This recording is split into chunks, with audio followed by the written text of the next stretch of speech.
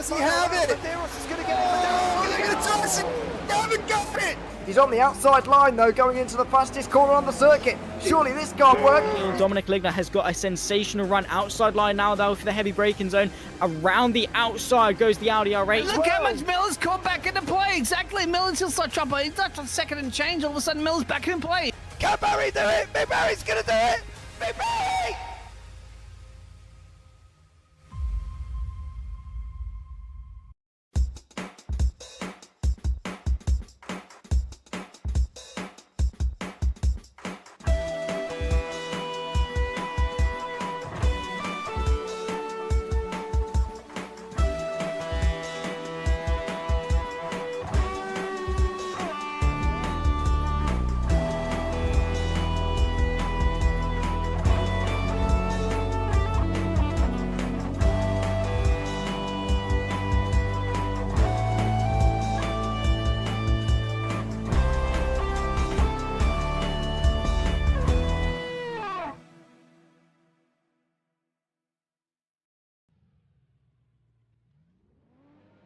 Good afternoon, ladies and gentlemen.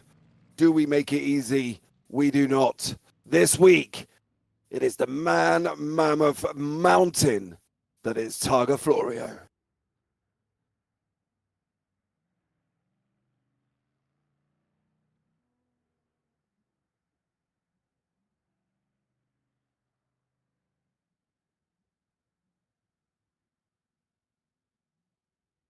We begin on Italy's SS-120 at the official Targa Florio start-finish line. There, a purpose-built complex of structures adorned with Ferrari and Alfa Romeo signage of the era stands as they do today, though faded like shadows of the past. Moving south, slowly gaining elevation, we pass local residences and businesses, many of which still remain as they did. Drivers are already greeted by rather splendid vistas of the local countryside and views of the hills and mountain peaks which will draw ever closer. As drivers pass lush farmland and vineyards, they approach the first village of Cerda. This thriving Sicilian town is something of a metropolis with 3 to 5 story buildings the norm. Spectators and drivers are thrilled by the echoing roar of engines as cars blast down the Via Roma Strait. And just like that, Cerda is behind, and it's time to start climbing. The next segment is filled with blind corners and promises of pushing just a little more. Drivers will need to stay steady as there are tricks and traps aplenty. Knowing the fast and slow zones will separate top talent from the mid-pack, but no one is safe from a potential mistake from exceeding limits or random debris. And a single sideways car on the track could be devastating for all. The first notable feature is the switchbacks at Sclafani Bagni. During the days of the big race, this area was adorned with beautiful flora and fauna. Today, spring and summer still show some of the coloration, but nothing of the glory it once was. Not quite halfway, drivers take a hard turn east and cross a small bridge. We are now just a stone's throw away from Caltavuturo. Located on the side of the mountain Rocca di Schiara, this small city is larger than Cerda and has gorgeous views of the surrounding landscape. The original longer version of the race ran through here, but by the 60s, the course was shortened, and drivers would be diverted from the SS-120 to Strada Provinciale 24, where they will cut along some very demanding cliffsides. We are now in Sector 2 of the track. The racers then clear a large bridge south of the town of Schilato, now about halfway through this demanding course. Great concentration is needed as drivers work their way back north along these dangerous cliffs. After climbing switchbacks through forested areas and rock outcroppings, the scene comes upon lots of farmland and open fields. We then head due north towards Calassano. Drivers enter Sector 3 near the populous little city of Calassano.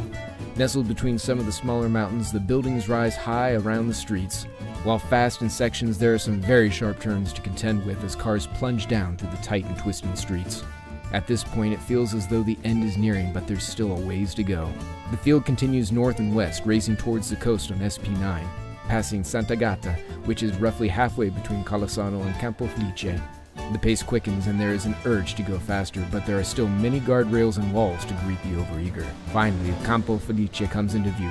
The warm-colored buildings welcome drivers to the cobblestone streets and fans cheer on the rushing pack. Still, there are some turns to contend with, and drivers will need to navigate successfully to keep their times down. Exiting the heart of the city, they race through faster and faster bends, finally coming to the coastal road of Strada Statale 113. This straightaway gives anxious drivers needed relief as they open up the throttle and push their machines to the max. For a moment, arms can rest while speeds reach up to 300 kilometers per hour.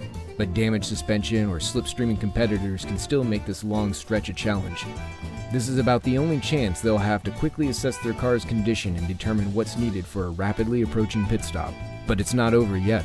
At the end of the long straight, racers must choose their braking point carefully, as there are still some turns left entering Buono Fornello.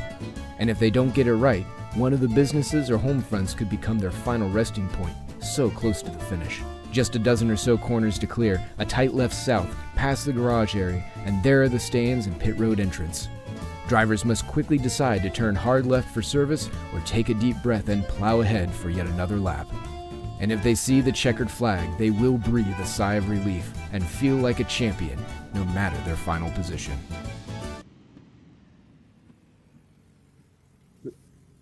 Okay, guys, welcome back. Thanks so much for joining me. I am James Parfit. I'm going to be joined in the booth by Bradley Dalton here this afternoon, and we've got Paul Glover, director on cameras in our era. Oh, what fun we're going to have. But we are back with a VWSC Historics 1964.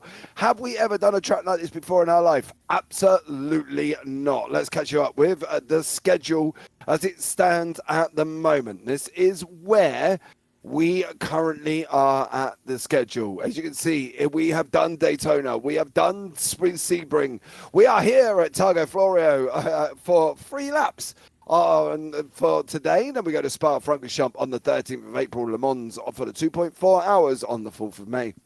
Reims on the 6th of July, and then the Coppa Carlotti Hill Climb on the 27th of July. For some reason, I'm really looking forward to how that one's going to work. Coppa Diana on the 10th of August, Goodwood on the 17th of August, Nürburgring on the 5th of October, Monza on the 26th of October, Bridgehampton on the 16th of November, Provence Alps Hill Climb on the 30th of November, and then we're off to Paris, the city of love, for the 100 minutes around Paris on the 7th of December. The track today, we talk about it as if it's a mammoth mountain. Well, ladies and gentlemen, it is a absolute mammoth circuit length circuit. 45 miles of what can only be deemed as, well, a test of everything. Literally everything. There is not one part of this circuit where you are going to be able to relax. There's not one part of the circuit that you can sit back and think, oh, this bit's easier than the other.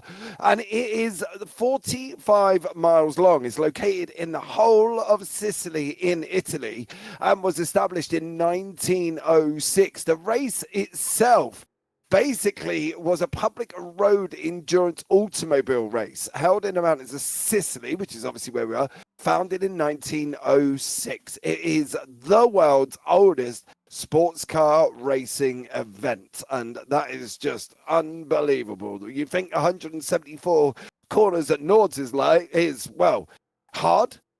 I think this one is just literally going to be impossible. The challenges here, I do love these challenges this week. You have got to see the challenges. Are you ready?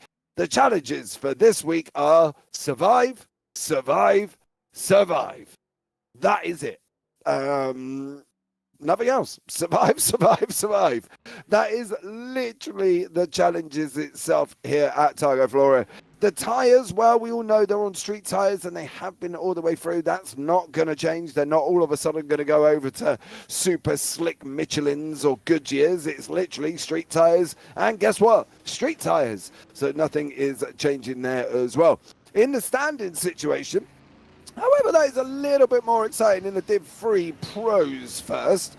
You can see on your screen, Magnus Dahlgren is leading the way on 18.3 with JT Tammy on 18.1. Bradley Sellers on 12.6, Ross Smith on 10.25, Eva Funk on 6. Now, I do love this from Tumon Subic. I'm not really sure how he's got 5.8000000 recurring until he gets to the 1. That's new. Carl Vesser on 1.6 with Brian Hall on 1.3, Mike Bell in 8th, Angus Tong, Jason White, Dave Coors, Tom Lane, Alexander Schultz, Nicholas Hildebrand and Miguel Ramos not scored yet. Emmy Racing Ferrari out in front on 24.1. Again, Smile Power Racing Shelby 13.3999999 recurring. Didn't know that was a thing either on points.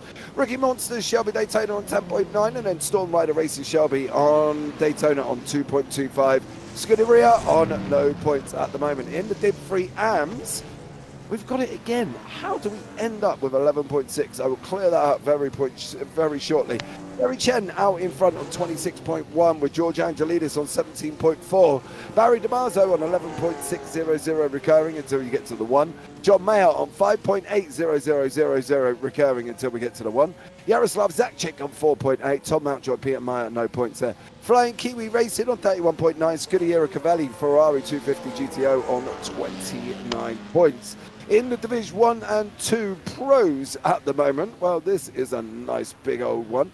As you can see, Elko Busanic is out in front on 18.3 with Cameron Barker 12.5, Dan Herlock, on 12.2, Ben Borman 8.6, Dan Kirby 6.4, Becky Ely 5.2, Darren Andrews 4.8, David Jun, Alfredo Cabrero, and Alexei Zaragodniev, I think, in 10th, and then Diego Castro, Oliver Day, Alexander there in 13th, and Scar Pope with Craig Pullen on the 1.45000 till we get to the 2.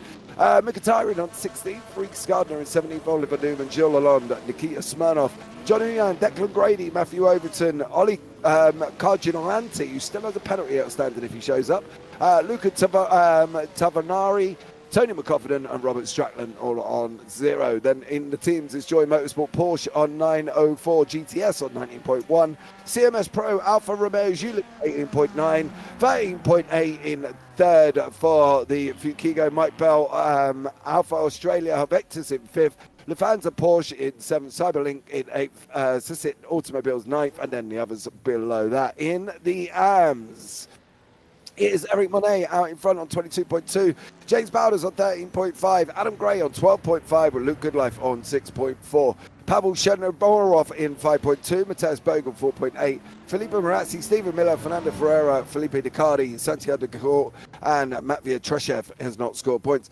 Mistral 747 out in front on the 22.2, Reptile Racing on 18.9, Gasso Links Racing on 5.2, Mistral Targa Porsche on 2.25. That is the point situation. Thank you so much for joining me, but I have got one Mr. Bradley Dalton alongside me. Bradley, welcome in, buddy. How are you? Good afternoon, good evening. I'm glad to see you're awake, James, as I was worried about 20 minutes ago. I'm here. I'm alive. He's here. He's alive. He's still maybe trying to get awake, but he's here. But I'm doing good. I've never commentated Targa Florio. I've never commentated a race like this before. Me and Mr. George Angelidis sat down for about 30 minutes earlier today, and me and him talked all things Targa Florio. I'm going to save it for as we go through the broadcast. But I'm going to point out one thing right now. Our pole sitter is Becky Ely, James, in a Lotus. Division 1 in a Lotus is our pole sitter. We talked about it in Daytona round 1, that there were tracks that the Division 1 cars and the Division 2 cars would really stand out. And this is one of those tracks. Yeah, it is. And we're all going to be so close anyway this season. We knew that. That was the thing, wasn't it? You know, and we always were told that it's possible that somebody out of the ordinary could go and win and take pole. And at the moment, Becky Ely is out in front in that Lotus 23B Ford 72 there. So I think going forward, we'll see how this one pans out. I'd be interested in seeing how some of these guys come through the field. If they're going to, is Dan Kirby going to come through? What's the situation going to be? It's going to be very, very interesting. Welcome into YouTube. If you are here, there was a lot of people here before we'd even gone live. Mr. Reeks, as always, thank you so much for joining us. Stacey Scott's Game, is also here. Thank you, much love to you. Neil Borman. Ross there, the points have odd decimals because back in the day you used to do weighted scoring based on the event. We're applying a formula similarly back, it doesn't always neatly round off. No, different. Kim D, welcome in. Thank you so much as well. And obviously we've got Mr. Glover on the background. So the grid, as we've got at the moment from the qualifying results that have been taking place, we've got Becky Ely on pole with Alko Busanic in 2nd. Oliver Day in 3rd with Dan Kirby in 4th. Magnus Dahlgren 5th. Then we've got David Jun, Daniel Herlock, Timon Subic, Tom Lane, Cameron Barker, your top 10. Santiago Dancourt in 11th. Alexander Schultz down in 12th. Scar Pope in 13th, Bradley Sellers in 14th, Luca Tavani in 15th, Diego Castro in 16th. And then we've got the race on your screen, I believe. They're not on a pace lap. That is correct, right? There was not a pace lap here, is there? Correct. Just because of the nature of this track, the way things set up, no pace lap. I believe it is just right away and go. As far as I know, it is an orange zone, of course, through turn 3.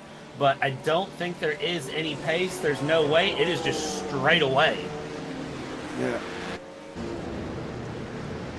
As you can see, we are up and running and underway here. There is a few more cars on the grid, but John Uyan is already showing in the lead with a 55-second gap, which I'm a little bit confused about. I'm also confused about why they're on lap 2 already.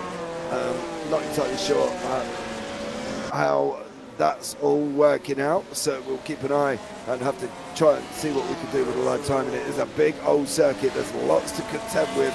So I think overall these guys are going to have a tough one here.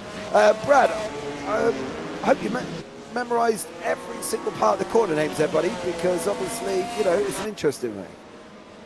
Yeah, this track is long, it's furious, it's ferocious. And James, I believe it was put the stipulation for you to memorize all the corner numbers, of course.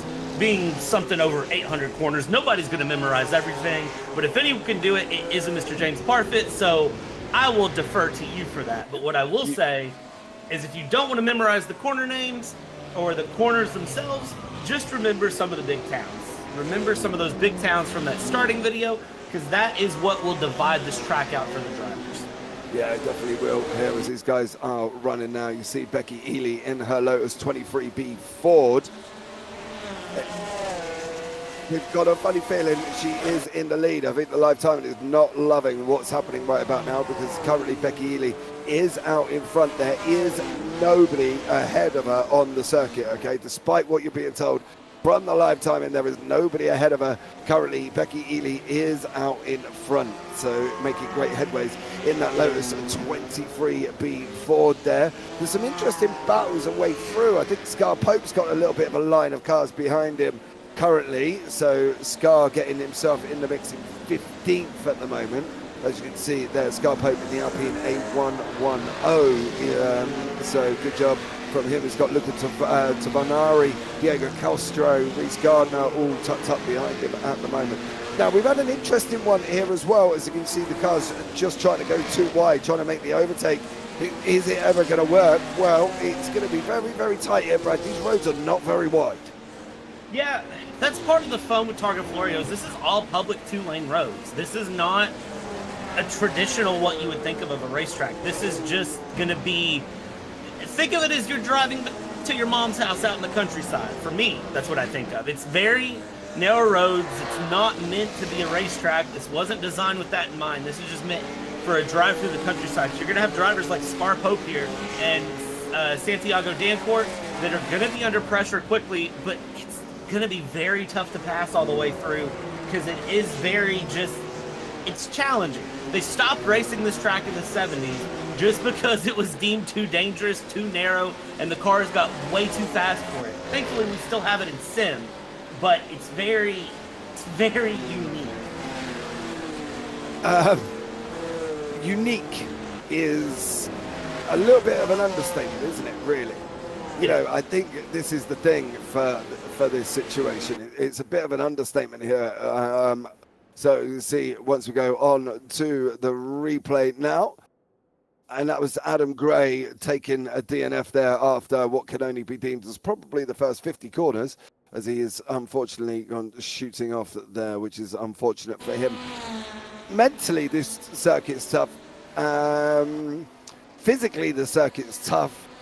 Memory-wise, the circuit's tough. You've got to try and remember all of the corners, where you are on the circuit. Are you going to basically be able to hit your braking point every single time? Have you got a little bit of a cheat going on? Do you have the driver's line on, or whatever you're allowed here to have this as much help as possible? Because this is a very, very long track to remember everything. Yeah, and we saw some unique things in the chat on Discord in the league discussion, where there are drivers that literally are just making notes. They have a notepad out, kind of akin to a rally course.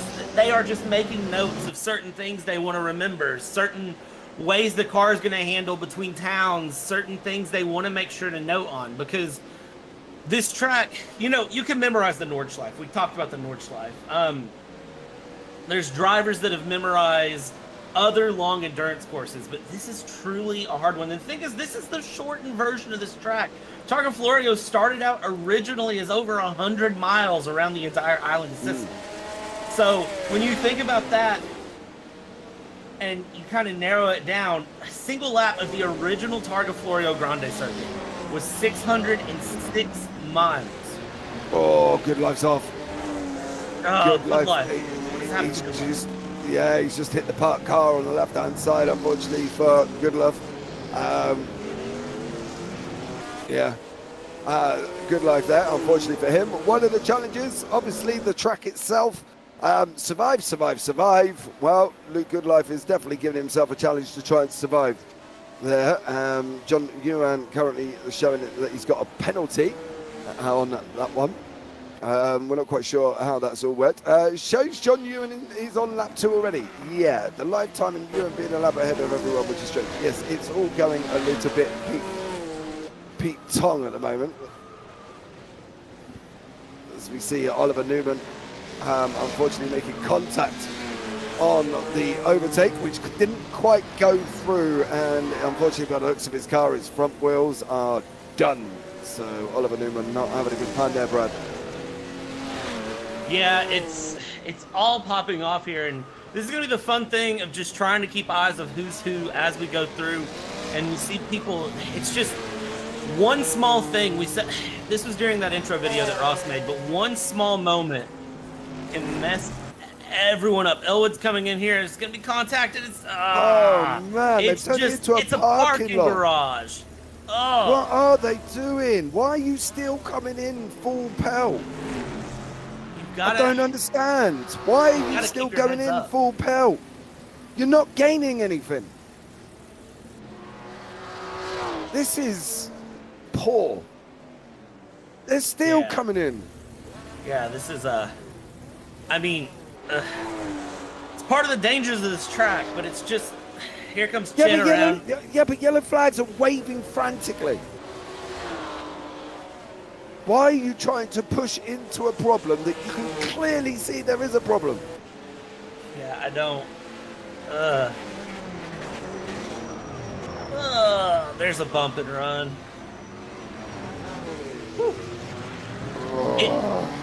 It's part of the problem of this track being so narrow, honestly. Yeah, but coming rushing into a yellow flag zone, like frantically waving, as you can see, Jill Lalonde having a bit of an issue. And there is Ross Smith, who was also involved in it. So unfortunately, there's been a lot going on here over the start. First part of the race. I say first part because I don't even think they've got to the end of lap 1. Not even close. No, Adam Gray. Adam Gray's going off to the shops to buy a Costa on the way through. He's even stopped. Is that a pit? That's, I think.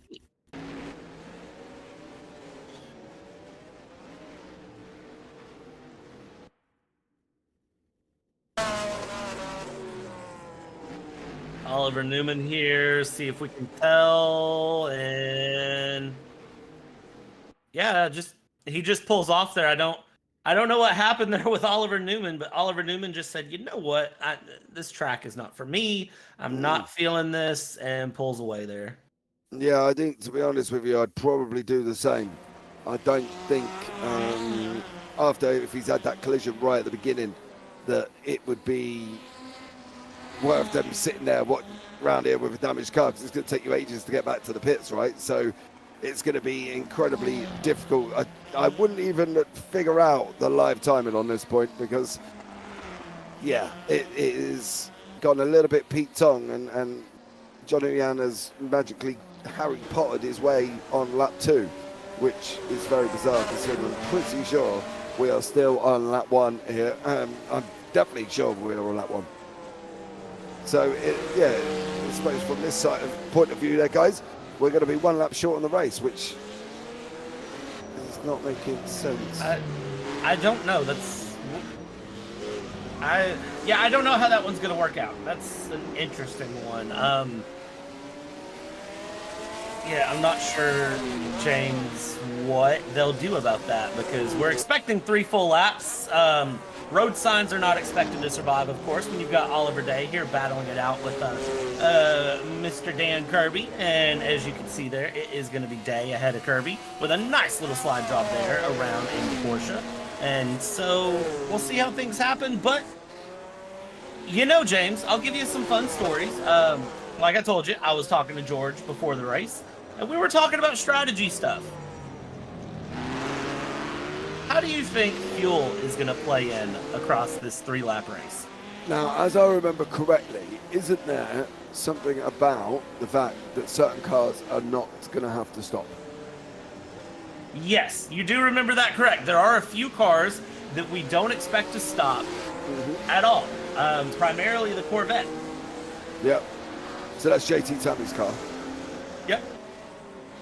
Because I think he's the only one that's in the Corvette, isn't he? You know, JT Tammy in the Corvette. So, we've got Elko Busenik chasing down Dan Kirby and Oliver Day. Kirby has now got past Day here. This is going to be a very interesting freeway battle, as these guys are going to have this to contend with once more as they battle around this circuit long. Unfortunately, it's a long track, Brad, and if you could tell me where they are, that would be amazing. Yeah, it's a very long track, and where I am showing their ad, just trying to compare a couple of different notes here, they are currently, as I see it, coming down through Spinazza, which is going to be nearing the end part of Sector 1. They're not even really working the halfway point of the track yet. They're down in the Spinazza, kind of running around here, maybe about a quarter of the way through the lap, if that. Yeah, so they've already only just a quarter of the way through. Sam Ugai, welcome in. Go Timon. Of course, Timon Suvic is down in... where is Timon Suvic at the moment? He's a long way down, isn't he, currently? So Timon Suvic is in 8th place at the moment as the battle for 7th battle rages on with Jun, Suvic, Herlock and Barker there, and then Sellers and Lane behind him. These guys are tackling the man mountain of Targa Florio. It's going to be very, very interesting, very, very exciting, I'm sure. The course itself, now there's 3 different variants of this course, Brad. You know, we're on the black course, blue course, and green course, or the Piccolo, Medio, and Grand course. That's something that we've got to be looking at here as well. Yeah, there's the 3 variations, the Piccolo, the Medio, and the Grande course. And of course, the Grande is that beautiful, beautiful 670-mile track around the entire perimeter of Sicily that was ran for up until about 1930s. And then they said, that's a bit too long. And then brought it down into a Medio circuit. What was that? That was in number 81, I believe it was, having a little slide. So yeah, it was. They brought it down into the Medio circuit, which basically just eliminated most of the perimeter of the island. Ran that for a few years, and then in the 1950s they said, you know what, we'll run the Piccolo circuit, which is what we're running now. They do still use the full circuit for a lap of Sicily. George Angelides here. Sir, you missed your breaking point. The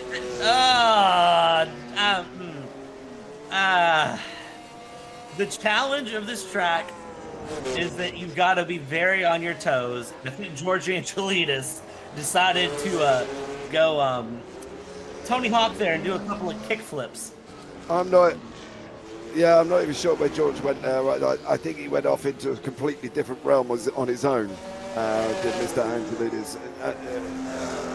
And poor old George has not been loving the beginning of this race. It goes with his absolutely horrendous one by his standards that he had last week as well in the modern.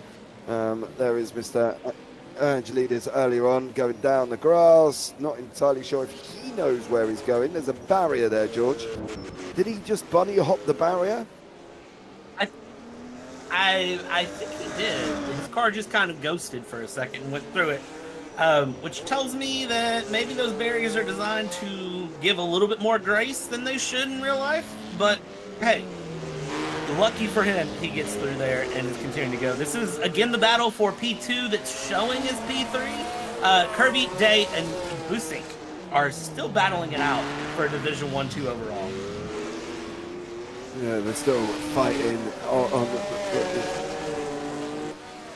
fighting for the obviously the race. At the moment it's a little bit hard. We have lost the technical appliances, that is the lifetime, and as you can see it's showing Johnny when Becky Ely is out in front, so please remember that Becky Ely is out in front, and then it's Dan Kirby, Oliver Day, Elko Busnik and David Schutt with Herlock, Cameron Barker, Tabanari, Diego Castro, Reese Gardner, Scar Pope and Alfredo Cabrera. So, and at the moment my lifetime is showing everyone all over the place here, Brad. So I think this this circuit is not only causing problems for the drivers but also for the wonderful world of modern technology. Well, and the thing is, think about how big the circuit is. We talked about this before. It's 45 miles. So, I mean, that's a large ask. And if you think about the fact that most of the time when you're racing, a lap is only going to be a couple minutes long. If you're running the Nürburgring, it might be 10 minutes long at most. We're asking these drivers to run 45-minute laps. That's a lot for anything to handle. Drivers included, technology included, commentators included, our wonderful in-ear bug of Paul included. I mean, it's a lot to handle and it's a lot to keep track of. So am I surprised to see a little bit of a bug? Not really. Am I concerned about how it's going to affect this race? Yes. However, John Ulian sitting on lap 2, I don't know what caused that. I'm kind of curious if that's not just a glitch through, but I can tell you, doing the quick mental juggle math in my head from timing as we see, somebody going way off the circuit. Kirby just said goodbye and decided he wanted to run off the side of the mountain. Thankfully kept it on the track. Yeah, Dan Kirby making a very rare mistake here. He is human, is not AI, is Dan Kirby, as we have wondered so many times about the fact that he can just handle tracks differently to everybody else. But I can tell you one thing, one lady that is handling the track rather well is young Becky Ely, as we look again at Dan Kirby. This is going to be making a lovely error. We'll have to wait about a minute for him to get to where he is going to get to, as we think he's on the run through the SS120 down into Caltavutoro, which is the bottom part of the circuit. You can see he's drifting around, gets it all a little bit wrong, and then unfortunately does not stop the car there, takes out a couple of speed barriers on the way through. So Dan Kirby there as well. Okay, interesting so far, Brad, I think we could probably safely say. Yeah, it's been an interesting run. We're about halfway through the lap, ladies and gentlemen. So if you're wondering, oh, well, when do we see the start finish and when does the next lap start? You've still got a long, long time till that comes up. But I've been working out some math here and kind of looking through. Becky Ely ran an 8-minute 29-second in Sector 1. Oliver Day ran an 8-minute 38-second in Sector 1. Becky Ely is currently in the lead by my calculations by about 15 seconds according to the timing board. Of course, having to do some quick mental math because I'm showing a 2,200 second gap. But yeah, about 15 seconds is the lead. So Becky Ely dominating in the Lotus. Yeah, but then she dominated qualifying as well, didn't she? That's the thing. Her qualifying lap was like 18 seconds ahead of everybody else. So, you know, Becky really sort of being able to use this circuit to the best of her ability. Maybe this is just one of them circuits that she's going to click with. I think part of it is it's a circuit that she clicks with, and I think it's a circuit that the Lotus clicks with.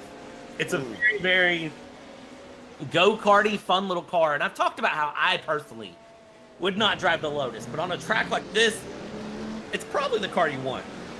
It's a very fun little go-kart style of a car.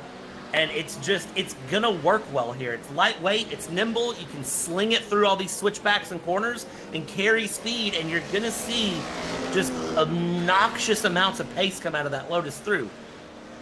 Now, granted, depending on how strategy goes, you know, we're expecting the Lotus to have to stop for fuel literally every single lap.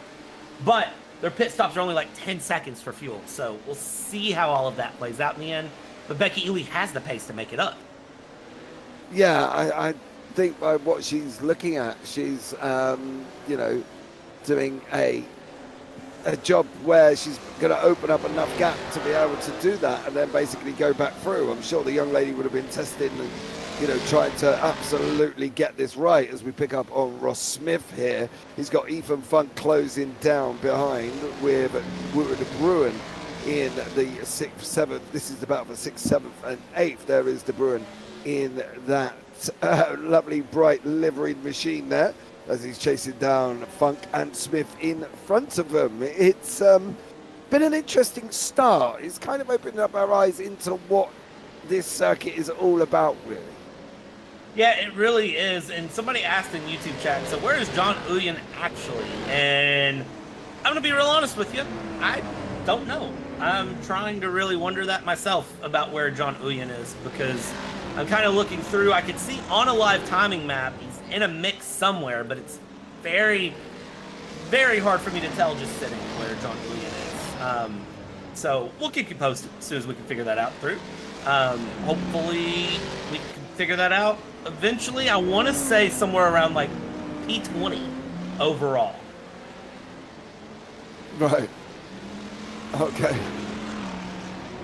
There we go. We will try and get all of these little bugbears sorted out and issues, of course, going further in. We're not entirely sure that we think we're going to be able to, because I think it's just, it's all gone a little bit Pete-on with the track here. This track producing some very interesting bugs that I'm pretty sure we were not aware of there. But Ross Smith in that 00 machine.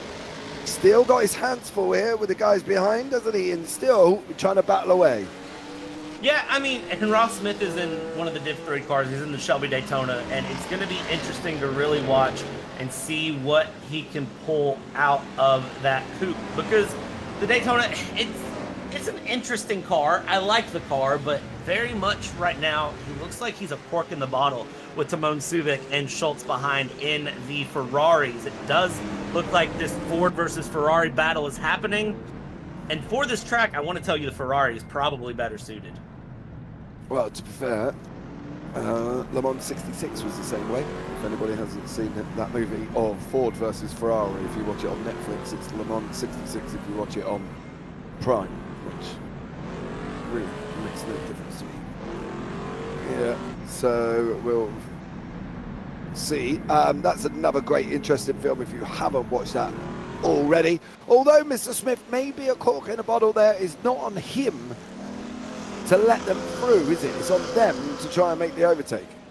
Yeah, that's the thing. It's going to be up to the car behind to be able to find that pass through. And if you can't get the pass done, then it's kind of on you. There's not a lot that can be said in that moment for anything here. As we watch, I believe this is Lane and Subic that we are watching battle out here with Scholes just behind. So this is a battle for P3 in the Div 3s or P11 overall. And you can see just how unruly these cars are in the countryside. The Div 3s, you can watch that weight shift, and a lot of this driving for these guys is just trying to keep the weight underneath them and keep the cars pointed in the right direction. Yeah. I think, to be fair, you've just got to make sure when you're tackling a circuit like this that you actually go and finish it. I think if you finish the circuit, then you're more likely to get points and probably lose a lot of weight, I would have thought. It'd be like sitting in a sauna at some of these points as these guys continue to fight on as we go down into 11th and 12th. No, we don't. We're switching back to Monet and Good Life. We see Good Life had a little bit of his own moment earlier on, of course. So, yeah, this is down in the Div 1, Div 2 hands. Well, I mean, what did we say in the beginning, James? What did we say the keys to the race were? Survive, survive, survive. I mean, as long as you finish, you're gonna make points. That's the key. You've got to just finish. It's not always easy. It's not on a track like this. It's not easy. With something like 600 and something corners to contend with, it's not easy because you're never going to really remember where you are unless you've got some form of amazing memory or you've done so many laps of practice of this circuit that you can actually know where they are and what's coming up and what's being contended with. And you see the great mountain shot behind these race cars as they go hurtling up here. And this is Tom Mountjoy. Well, he's gone. Is he going to come? Here he comes. And that wonderful looking Golf liveried machine there through. George Angelidis, unfortunately, has had a little bit of another ta-ta-ta in that Ferrari. And it looks like he's just got a bit of a slide on. He's going to fuck, unfortunately, there as well. So, Mr. Wood, flames coming out the back of his machine. And he's gone off into the shadow realm on the left. Oh my gosh. On the left-hand side, completely missed his braking point and just went up through the field. And the last one here will be Scar Pope, who has literally done the same as pretty much most of the other people on this racetrack. Took it off the side of the circuit, missed the braking point, and off they went. I tell you one thing with that incident with Scar Pope, right? I do love the fact that Scar didn't even slow down. He come out and was literally just full boring that circuit. He literally was going to jump that thing at the end. The only thing I wish they had seen though is put the barriers as real barriers, because that would have been interesting to see how they got on if they'd hit the tree or something like that, because at the moment they're obviously going through the trees and the barriers. It would have been interesting to see how they got on if they'd actually gone and made contact with the trees. You know, I think if that were the case, I think we would have been done with this broadcast about 5 minutes ago, James. I'll be honest with you. I don't think anyone would have found the end of lap one, because you have moments like that where Pope just hits the barrier and it's a very bad time. I want to point out something that I read on Discord earlier. I was trying to remember this. This is from Santiago Dancourt, which is one of our drivers at DNF. It said, I started practicing Targa Florio back in GP Legends days in 1998. In 2010, I spent 5 hours a day learning the track because I love it. And after 14 years of practicing, I feel I know every corner in detail, but there's always space for a mistake. This was when the drivers were trying to discuss figuring out what setup to run for their cars. And they were discussing different things. Santiago posted that in the chat on Discord for the league. If you haven't practiced, you are in trouble. I don't think you can come to a circuit like Targa Florio and expect to make it all the way through without any problems, right? It's like me going down Nords for the first time and driving it. I know by the time I get down the hill after the start-finish line where I go left and then I drop down, as soon as I hit the fast right-hander and not break up the graffiti on the floor before I go into the glitch left and then the right, I'm going to be in trouble. Because at the end of the day, if you're going to take it any longer, you are going to be dead. In theory, and this is what these guys have got to contend with at this very difficult circuit. Yeah, and there's the question in my head of what is the better option to do? What is it that you need to do? Because think about it with Rally. With Rally, they don't necessarily memorize every line of the track. They have a co-driver that is reading out pace notes. 5 left, 4 right, sharp, tight, whatever they even say. I don't know what to tell you. I am not a rally driver myself, but this is a good little blend of that, of seeing the drivers really just, it's a little bit about wits. It's a little bit about just using your brain and driving. That's where things for me get interesting. There is that little bit of like trying to keep it together and just knowing what you're doing. You don't need to memorize the track to go flat out. You need to practice. You need to put in time. And you need to be somewhat vaguely familiar with where you're at. But I don't think you have to know every corner in detail. I think you just need to be very quick on your feet. Maybe.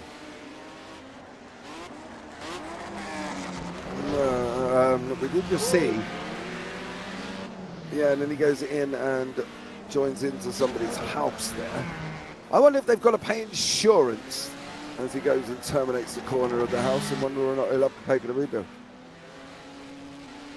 With think it was Dan Herlock in that 87 machine. No. Stacey, answer to your questions, not all of them were fitted with seatbelts. And if you have a 64 sports car and it comes without a seatbelt, I will tell you now, you are not obligated to go and fit one. So just to let you know, whoa! Who was that up on two wheels? That was Herlock up on two wheels again then, as he'd gone and taken too much of the barrier or the hill on the left-hand side and put himself up there. Dan Herlock, well, having a good old time here. I think good old time is relative. I don't know what to say, to be honest. I would be loving driving around here. I think, though, I'd rather do this at Sunday speed. You know, get me gran in the 64, in the Daytona and, you know, just poodle around with her. I don't think I'd want to be hurtling around at whatever their speed upwards of what they're doing of 120 mile an hour and being able to get around it. We've already seen Herlock go into a house. I bet the insurance on this track run would have been absolutely extortionate. You know, I think this is a great circuit. It's, for me, is way too long to be racing, right? It would, I think I would be mentally drained to try and go around here. But I think a nice little poodly run in a Daytona, you know, or my little or my Corvette Stingray there with JT Tammy. Got me gran in the car, my picnic basket with me red wine and me little bits of, you know, me grapes and me soft cheese and all that. I think that would be more how I'd want to take this circuit, because I'd probably have to stop for food as Dan Herlock is going off into the farmer's field. There is no corn in there, Dan. You cannot be eating it on the racetrack. You know, I will say I think I prefer a track like this, though, as opposed to, say, 2 hours around Qatar. If you think of the WSB Modern. Yeah, no, I think Qatar would also drive me crazy as well. It's just... I think this, Smith does literally, his back end just catches the wall there. He's very close here. He's looking a bit raggedy, Mr. Smith, as he's still got Funk and De Bruin right behind him there. Have we got the leader going through Colisano yet? Are we that far around on this circuit? That would be the question. The leader for me is actually coming up to Contrada Garato. So the leader is nearing Campo Felice and the start of the right near the end. Yeah, right near the end. We're almost through the first lap, James. Almost through the first lap here. Man. If we're on lap 2, though, I'm a little bit worried of where this is going to be. I don't think we're going to get the 3 laps. I think it's going to go and do the 2 laps. It's supposed to be a 3-lap race, right? But if it's registered that we've already done 2, the check flag's going to be out.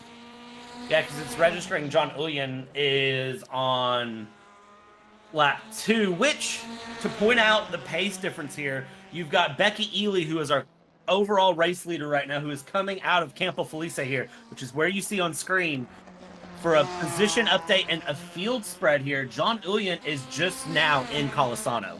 That is how spread out this field is getting across this 45-minute track. Yeah, we can see Becky there as well, doing a great job in that Lotus. Geez, you crash and you could lose your life back then. Yes, definitely, and the 66 Le Mans film does dedicate that as well. If you have a look back at that one, they literally did crash and you were dead. Also, the new Ferrari film also does implement it as well in the Ferrari open top. A guy crashed at Ferrari's test circuit, come flying out like an absolute ragdoll and was dead not long after he hit the ground. So yeah, back then you had to have testicles of steel and some big cojones to basically get into the cars without seatbelts. So they were, definitely a different breed, mentally, physically, but probably a little bit psychotic all at the same time. So unbelievable.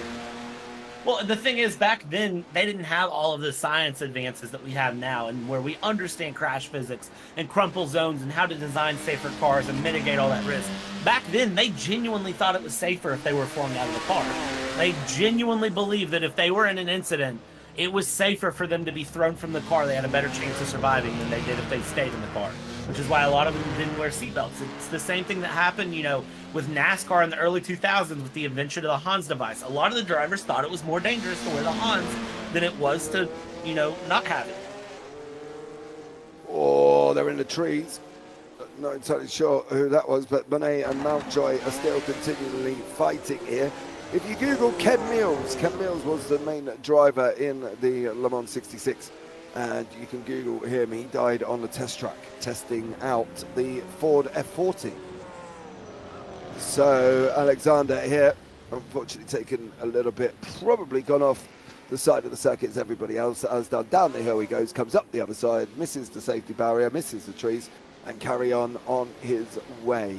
So, yeah, Scott Pope unfortunately also doing another little bit of an oopsie as he goes over the side and rolls it down the hill. So in hindsight, if this was real life about now, Stacey, Scott Pope probably wouldn't be back tomorrow.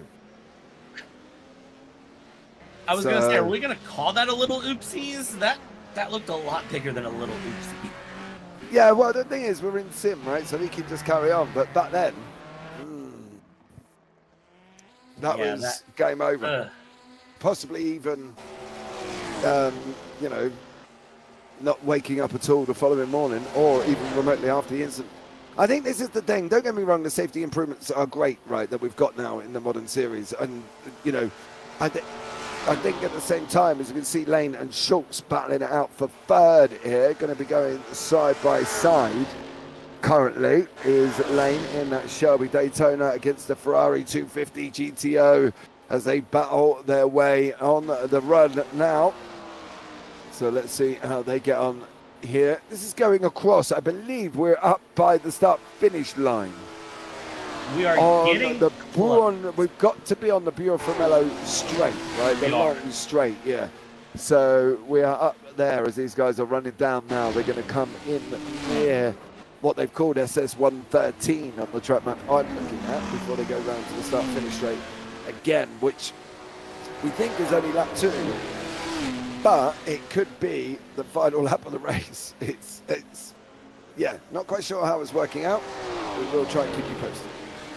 Yeah, but this is what we talked about with the Bufanello straight, of the slipstream helping out and making things interesting. Becky Ely here is, again, just running away. The gap right now for Becky Ely is about 30 seconds back to Oliver Day, as I see it. And there, Becky Ely has officially hit the start-finish straight and started the next lap here, as we see Oliver Day and Dan Kirby through. Becky Ely having to pit, going to be every lap. Yeah, every lap, wasn't she, about her being in the pits? Yep. She's got to pull enough of a gap. Day and Kirby running side by side now. You can see Dan Kirby in the Alfa Romeo Giulia, Oliver Day in the Porsche 904. And that is the 33 machine of Day as they're coming round by the start-finish line as well. Becky Ely is out and retakes the first place now. So it's about 12 to 13 seconds here, Brad. We knew this was going to be a thing with the Lotus, though, didn't we, on the every lap kind of situation? Yeah, we were expecting the Lotus and the Alpine to have to stop every single lap, and the Alfa and Porsche will have to make at least one stop for fuel. I would say probably the end of this lap, end of lap 2 here. We see Busenik is in the pits there in the Porsche 904. So they may be just biting the bullet now, pitting now, getting enough fuel, and then just watch it through to the end.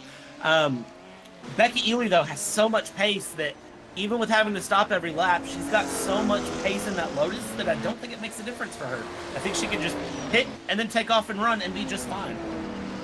Yeah, Kim D in the YouTube chat there. It would be too bad, really, if the race ends after 2 laps instead of 3. Well, we're going to find that out, I think. Can we pick up on John Uyan and find out where he is? Because that would probably give us a better idea if he's near the end of the lap, to find out if he's going to go over the line. And if all of a sudden it goes to lap 3, then we know we're in a definitive doom there, right? Because it's going to be ending, well, this lap, I suppose, technically.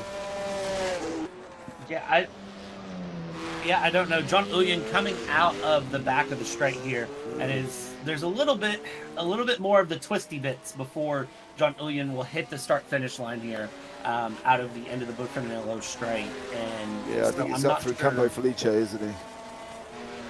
Yeah, he's past it. He's actually should be hitting the start-finish straight any second now. Well, we're going to find out from John Uyan what the situation with you.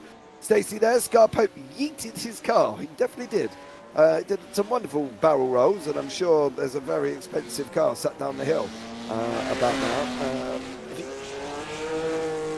Carl Vesser has unfortunately had a DNF here. He is not the only one with a DNF. So Carl Vesser pitting in there as well. Alfredo Cabrera, Oliver Newman, there's some DNFs as well. So unfortunately for them guys. Yeah, it's kind of unfortunate for him too. Like, think about how you would feel as a driver if you DNF right now after 45 minutes of running just one lap in. I mean, it'd be painful. It would be unfortunate, painful, and frustrating. I would not want to be a driver in that situation. No, I definitely don't think you would want to be anything in this situation. I think that's the problem, isn't it? When you're on such a big old track and you've got to try and work it out and you've got all of this stuff going on inside of it, it's going to make it somewhat blinking impossible to try and make sure that this is all 100%, isn't it? It's a very difficult racetrack to know and to remember. Yeah, and I think that's the key, is that this track goes twofold. You've got to remember it, but you've got to be able to think on your feet. You've got to have a vague idea of the stretches. For me, this feels very much like a rallycross course where, typically you would think you would run this town-to-town, sector-to-sector. And instead they've decided to just run the whole thing start to finish. You don't need to memorize it all, but you best be able to react quickly. And I think there was a good part in that post by Santiago Dancourt where he said, sometimes it's better if you're not sure to just have a little bit extra gear and a little bit extra room and be prepared to react if you just don't know where you're at. Yeah, we can see the timing screen has changed to lap 3 of 3 here. A little bit worried, but we will hopefully, we're going to be one lap finished. I think when Johnny goes over to lap 2, that will be the end of the race, and it's going to have, Well, I think what's going to get confusing with it is John Ulian is in the middle of the pack technically. He's technically, if we look at the actual track where he's at, he's in that 20th place overall. So he'll cross the line. Everyone behind him will finish, but then you have Becky Ely down to like P20 that's in front of him that will have to run another lap because they will technically just be starting their lap 3. Or is the game going to score them all a lap down? I'm not sure where that's going to land, and unfortunately, I don't think we have a good chance to have a chat with admin to figure out what's going on. Because I believe the ones we ask are also currently on the track running.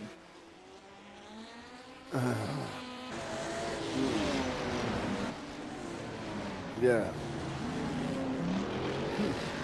Well, just start the entire race over. Stacey? No.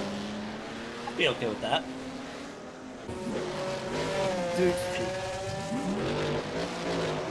Oh, who is that facing the wrong way? Somebody having a bad day.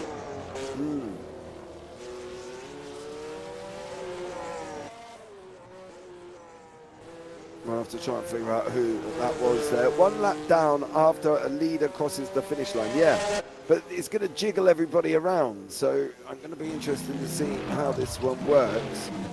Again. Yeah, so we're trying to just pick up.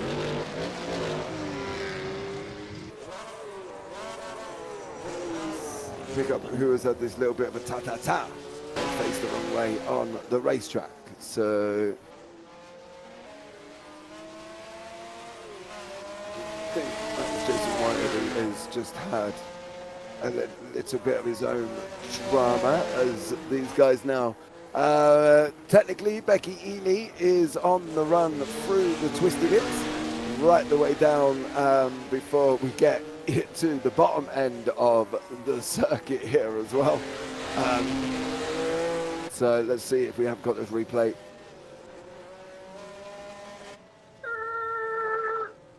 We have.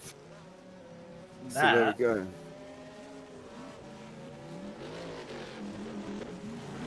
Through the barriers. Oh, man. So the barriers will let you drive out to in, but they block you in to out. And also, that car was there. And then poor people. Yeah. Still going through, and he's. Yeah, I think we'll put that one on George or Ross. Dan Herlock is out at the moment as well. That's going down to the long line of DNFs here. So unfortunately, we've lost quite a few drivers who have DNF. You can see it's got Carl Vesser, Alfredo Cabrera, Peter Meyer, Santiago Dagencourt and Oliver Newman.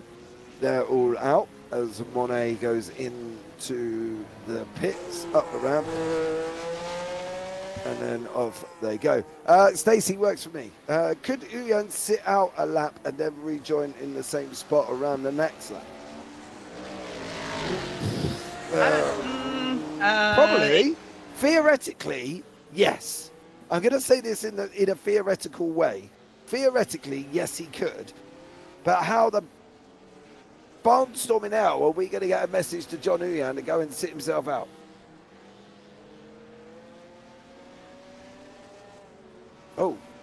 Oh, we lost Brad as well. All right, we are going to go. I think Brad is on his way to go and do a bit of an investigation into why and how and what the outcome and the situation will be here.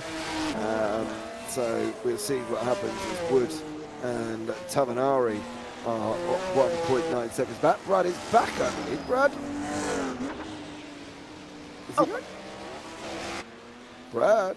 Hello, I am. Sorry. I was trying to jump up and figure out the lap fiasco. I was reported by the drivers. They're showing they're on lap 2. Oh. So, I don't know. We just add to the mystery, James. Add to the mystery that is this beautiful track of Targa Florio. Maybe we'll get Paul to give his PC a little, I don't know, a little Irish hammer. It'll be a surprise for us all then, says Kim. Yes, it will be.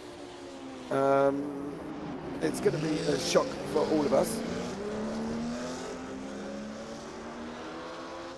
And we'll let it go. We'll see what happens. I'm sure the drivers will let us know when they are done. I'm sure Ross will come down and let us know when he is done, and then we can go from there.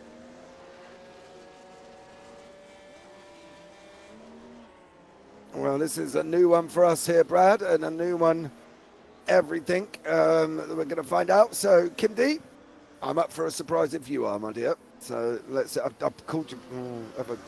Yeah, I'm sure I'm right. But there we go. How would you come into Targa Florio, Brad? How would you sit back and think, how am I going to attack this circuit? Well, James, first, I respect you for thinking that I would, because I am not that brave. I will be honest with you. Have I disrespected you by saying that you think, Brad?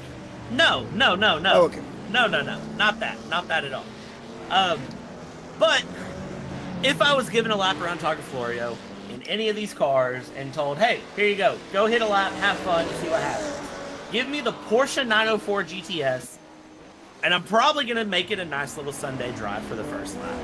Just nice, relax, and enjoy myself. And then the second lap, it's that dialing it back 10%. I know what I can drive, dial it back 5% so you survive the lap, because it seems like for here, as long as you're surviving, it makes it more possible for you to score points. Of course, we do have several DNFs out already, so for anyone who has, just naturally gained places from that, it's a good place to be because you've already gained positions. So this is, again, a unique track. It's like rally, but you don't have a co-driver in your ear telling you, you know, the turn's coming up ahead. So I think for all the drivers, it's knowing your skill level and pull it back 5%, 10%, whatever it is that makes you comfortable on this lap. Because this is a game of endurance, not necessarily a game of setting a single fastest lap. Yeah, I think you're right. I think you have to. It would be probably a good 20 lap practice for me, where you just start getting quicker and quicker as you go on. This is the battle. We believe that's Ross and Scar Pope that are Smith in the 00. I think Pope is well out of position. He's. I don't think this is a battle on track. I've got to be funny, because Ross. No, I don't think there can't be a battle. I think this is just Ross there as well. So yeah, but I think you are right. I think generally you would just go and try and fight for what you got, and it'd be a little bit quicker and quicker and quicker each lap. That was a battle for position, but you can see the class positions are not showing that they're in the same class. They're not. It is a natural battle for position, but it's not a class battle. So Smith and Pope there with De Bruin still behind in that yellow. Yeah, and I think this is one of those things where people get two things mixed up. One, their own skill level. You have to truly know yourself as a driver and know where your skill level lays in. You've got to know if you have the skill to take on a track like Targa Florio, or what you need to do to take on Targa Florio. You've got to be very realistic with yourself. You know, I had this conversation with another league the other day where everyone thinks they're the next William Byron in oval racing. They're the next, you know, Jimmy Johnson, Dale Earnhardt Jr., Dale Sr., whatever your favorite NASCAR driver is in oval racing. Everybody comes in and carries that chip on their shoulder of, I'm the best oval racer ever. No, you're not.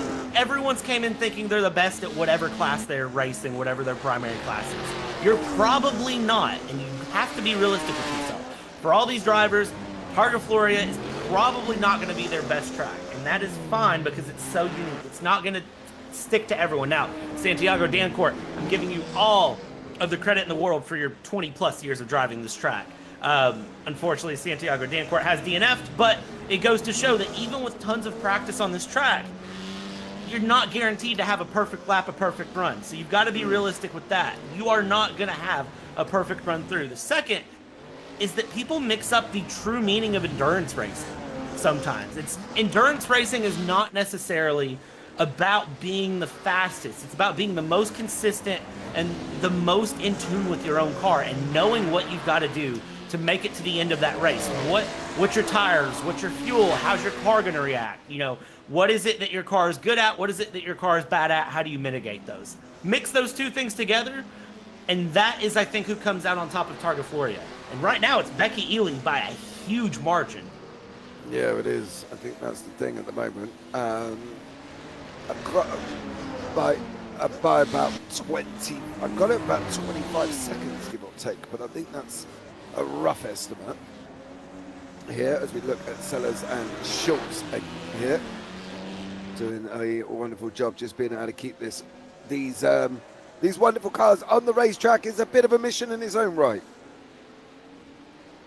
Yeah, it's that's part of the fun that kind of drew me to the historic series. Of course, I am naturally more of a modern car person, given just my age and my preferences, but these historic cars are such a challenge, and I like seeing drivers kind of get pushed through and seeing people who can really tune in to the challenges of the historic cars switch through. And on a track like this, where it is truly a road course and just public roads through, you've got to be in tune and know what you're doing here as we head through Catavolturo, if I am pronouncing that correct. Catavolturo is where we are going through on the track map here and just keeping things moving. We're halfway through lap 2 of what should be 3 laps. Yeah, it should be, and I think we are almost there. Yeah, I think you are right about Catavolturo there. And then they're going to be out of that run, aren't they? Up into Flavio Polizza. So, yeah, they're still in sector 2 currently at the moment. So, yeah. Kim's got it right. I'll treat it like a Sunday drive in the countryside. said it earlier. Pack a little picnic basket. No. Lane in the wall, James. The track is starting to bite back as I think drivers are starting to really wear down. They've been driving well over an hour at this point, plus however many warm-up laps, practice laps they put in before. He did though, and he punched it quite hard on that rear end. And then gets a big old slide on coming out of that section as well. You can see it here.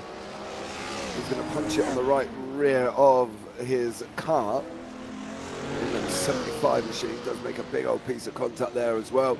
Michael, I'm hoping there's been no spectator fatalities. Well, to be honest with you, there's probably been a couple here. As well as if this was real life, a few driver ones, Mika. Yeah, this has been it's been a bad day to be standing on the side of the track, I will be honest. Getting a replay here, I believe this is De Bruin that is having a moment there battling out with Smith. So we'll see as he goes through. Quick little replay here from Paul, trying to catch all the action we can across this long circuit here. And he's trying to peek up the inside, and I just think he didn't have the grip to make it stick. Yeah, just not enough. I think Smith probably didn't help himself by hitting into the wall.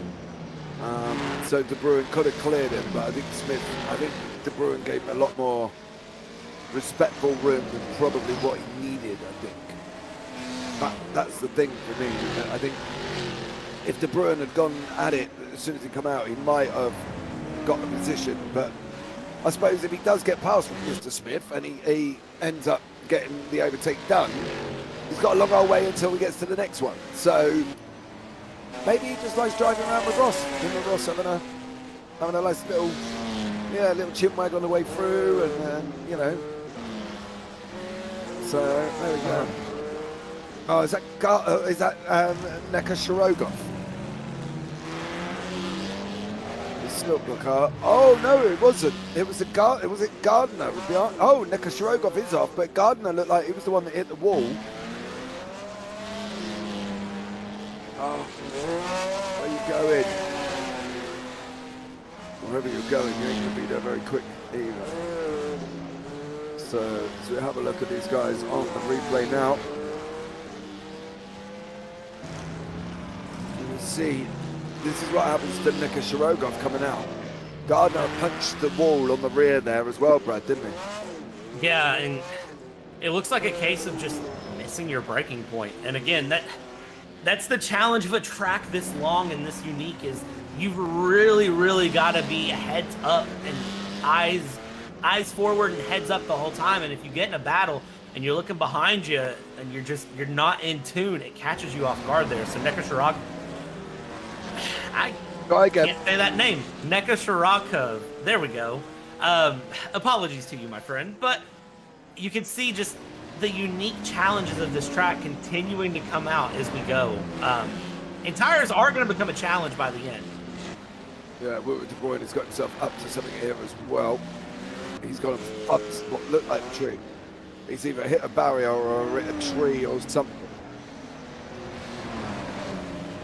Yeah, poor old Wilbur De Bruyne not having a good time.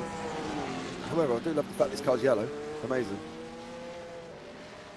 Slide, boop. Yeah, goes and boots the barrier, doesn't he?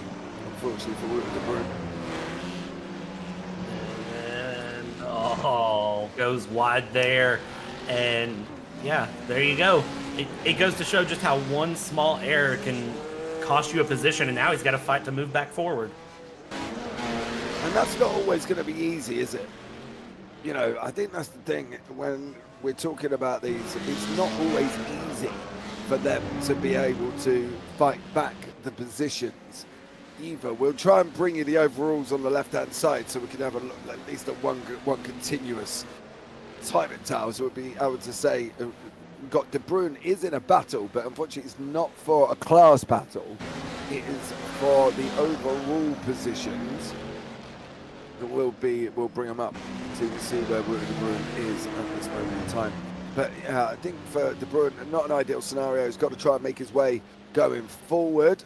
And De Bruyne has got Gardner and Neka Shirogov behind 19th Taranari in there as well. So, yeah, John Ian still not leading. Becky Ely is still leading the race.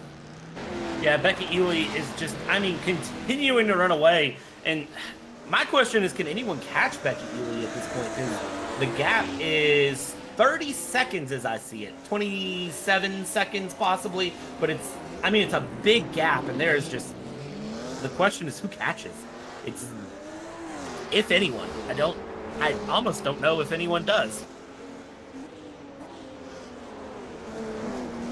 No. I think these guys being able to work their way around this circuit, just completing this circuit is a good thing, right? We've got Becky Ely coming up now. So Becky Ely should be coming up near Scalato, I think, before she goes on the run again. So it's a good old mix for us as well here, Brad, trying to work this out. Yeah, it's, you know how your teacher told you in school, remember your math because you're going to use it again, and everybody laughs and says, I won't use that. You know, I'm doing a lot of mental gymnastics with numbers in my head right now. So to all my math teachers in school, thank you very much for giving me the ability to do mental maths and subtractions very quickly. Because it's paying off right now. While you're doing that, I'm just trying to work out where we are. I think that's the thing. It's such a long circuit. It's very tough at time. As Scar Pope, again, unfortunately, is he going to make it down? He avoids the barrier, kills some spectators, and then comes back on track for good health. So Scar Pope getting it all going wrong. Right? As Eric Monet as well, also having another little bit of an issue. He's off the side of the circuit as well. He's going to come back up, go straight across the track again. Here's Eric Monet. Not an ideal scenario for him. Yeah, no, not at all. And I believe the drivers are about to come up to the corner of Borgo Eras as it goes. So we are about 2/3 of the way through the circuit here. Becky Ely is.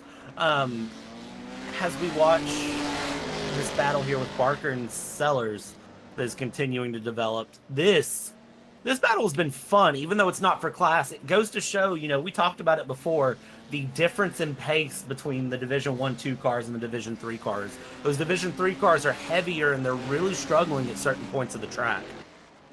Yeah, they definitely are. And to be honest, I don't think it really matters what car you're in. I've got to be honest. I think I'm an advocate at the moment of this race circuit does not matter what car you're in. I think it's just how you drive it. I think that's the thing. That Barker and Sellers here, this race circuit ain't going to care whether you're in an Alfa Giulia or whether you're in a Shelby Daytona. What it is going to care about is how your ability is going to get that car around this racetrack successfully. And I think some of the drivers need to look at themselves and go, okay, have I practiced enough? Probably not, because I'm not being rude. I wouldn't want to drive 37 minutes around one lap for 5, 6, 7, 8, 9 laps, you know, whatever. I don't even think I've got the time to be able to go and do that. So where would you get the practice in, Brad, if you can't go and make 37-minute lap time? Well, I think part of it too is that you kind of have to buckle down and put in that 37-minute lap at first, and you've got to learn the track, and then from there, you know, it's okay, what are my problem sectors, and then go work on that. Go work on those areas of the track. You don't necessarily need to do 37 minutes lap after lap after lap after lap, because by that time, whatever you learned in the first sector, you're going to completely forget by the time you're a third of the way through the middle sector, because it's such a long lap. So the idea is run it through, and if there's a sector where you're like, all right, I really want to make sure I know this is going to be a key problem area for me, you start working on that. It's the same way, you know, that a lot of drivers learn the Nürburgring. They run that 10-minute lap, and then they say, okay, you know, the run down the hill was a problem for me. Let's go run that mini sector through and memorize that area and then keep moving. So I think that's the ideal way, because if you're just running 37-minute laps, lap after lap after lap, you're not doing efficient practicing. You're literally just beating your head against a wall and hoping something sticks. Yeah. It's a definition of insanity, isn't it? Doing the same thing over again and hoping for a different result. Which, granted, running this track, and back in the day especially, running this track is a little bit of insanity required, but memorizing and perfecting this track is another thing. And I do think if you're a driver, you need to have some driving aids with you. It's something you would see in real life too. Have a track map. down to your side that you can look down and say, okay, this is where I'm at on circuit, this is where I'm at. It doesn't necessarily need to be like a live timing overlay, but even just having that physical map where you can look down and reference and say, okay, this is kind of what I'm coming up to is important. And if you are a driver who struggles learning tracks, whether it's something simple or it's something hard, I implore you, grab your phone, grab an iPad, grab another tablet, grab your second monitor, whatever it may be, and put a track map up. So when you're driving your track, you can reference over to that track map and learn it. It genuinely helps you learn.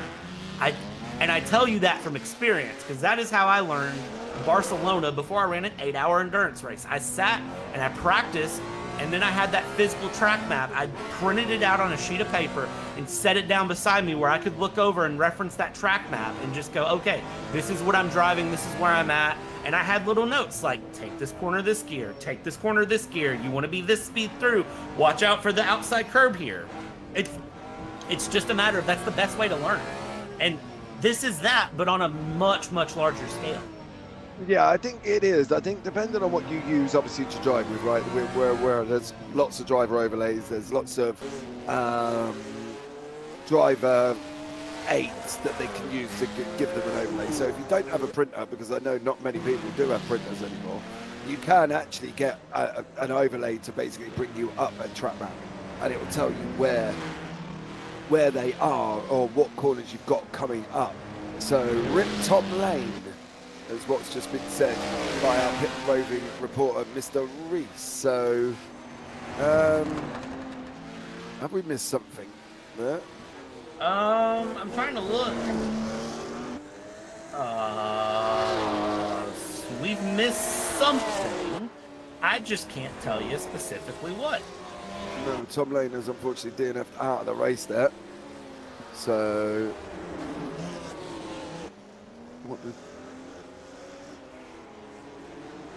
maybe he's just decided that enough was enough and these guys are on their run up. I think she's actually coming into Scalato about now for Becky Ely. Let's see here. Oh, there's a mountain or a hill. Over he goes, 4 wheels off the ground. I'd need a racing line in order to do this race. I think, to be fair, Tom Lane with a big moment there. Yeah, so Tom Lane had a moment. And he's just gone round and up into the wall. The racing line's good. Depends if it's a progressive or a static racing line. I think that's the thing, isn't it? It's whether or not it's a static or progressive. And I know Formula One do and F123, they do a great job on their racing line. It's a progressive line that basically will show you where you can, as you get quicker, ready to accelerate. Whereas games like iRacing and others are static, which means they don't change. They just give you an ideal optimum of where you should brake. I think the racing line is good to help learn a circuit, but I wouldn't stick by it all the time. Yeah, and that's the thing, is it's a tool to learn. You're not meant to use it because it shows you an ideal line, but it's going to be conservative. It's going to be conservative because it's going to want you to be kind of consistent through, and everybody's going to react to that racing line slightly different. So racing lines are good for general knowledge, but when you start getting into the nitty-gritty and you start getting into the, I really want to learn, I want to go faster, I want to be, as efficient, as quick as I can, you have to kind of give the racing line away, because you're going to start learning alternate lines in different ways that the racing line may not suggest that will work for you. And again, prime example is Barcelona, Spain. In an F1 car, there are sections of the track where the racing line tells you need to cut in early, and really you need to wait and take a late apex. And if you follow the racing line, you can lose several seconds a lap on that. You're going to be very consistent, but you're not going to be the fastest you can be. So racing lines are ideal for a lot of things, and learning is one of them. But I will also say, a track like this, it probably doesn't hurt to have something that can help you go through. So racing line, not the worst idea ever. Yeah, definitely not. We've got Oliver Newman in YouTube chat. He said, I had a wheel disconnect. For Oliver Newman there as well. So unfortunately for Oliver Newman, that puts Ross Smith 6th in Div 3. We'll try and bring you up the overalls on the left-hand side. It is completely irrelevant at the moment because it is not working correctly, but we can get the overalls on the left because that will give us a better idea as to where everybody else is, you can see it's going to be Ely, Dolga and Angelitas and Good Life. That would probably be the 3 leaders. But mixing it up, Ely, Kirby, Dave, Dolga and Junt, Sellers, Barker, Suvic, Schultz is your top 10. Then you've got Castro, Busnik, Funk, Pope, Gardner, Smith, and all throughout the list. You see Good Life and Mountjoy there as well. So, yeah, very difficult, I think, to determine what's going to be best for you and your driving ability. I think that's the thing, Brad. That's what they've got to look at here, isn't it, really? Yeah, that was kind of what I mentioned earlier, is a lot of this track to me is knowing yourself as a driver. It's knowing what you're good at, what you're bad at, and what's going to work for you. Because if you don't know that, then this track is just going to smack you around. You've got to know, am I good at these twisty bits? Am I good at, the chicanes and, the switchbacks? Is it, is it going to be a problem for me there? Because this track is just, it literally winds through the mountains of Sicily. Like, there's not much you can say to it, and every sector is slightly different to the other, and every mini sector is slightly different to the next. So it's not like you can learn one general rule on this track. You've got to be a sim racer that is very comfortable sim racing to jump on Targa Florio and go through. It's the same thing with, like, if you go to the Isle of Man and you try to sim race on the Isle of Man, you have to be very comfortable in reacting and quick reacting and have a general idea of that track to jump on it. But again, that's even shorter than this track. Yeah. I think with longer circuits like these, it does really mentally drain you as a driver. I think that's the thing. They've got to be prepared for what they're going to be facing, right? Good evening, Phil, across the pond there. Thank you so much for joining us, buddy. Hope you are well. They've got to be more mentally capable than, I suppose, physically capable, wouldn't it? Because driving a circuit like this, 2 things would happen in my brain.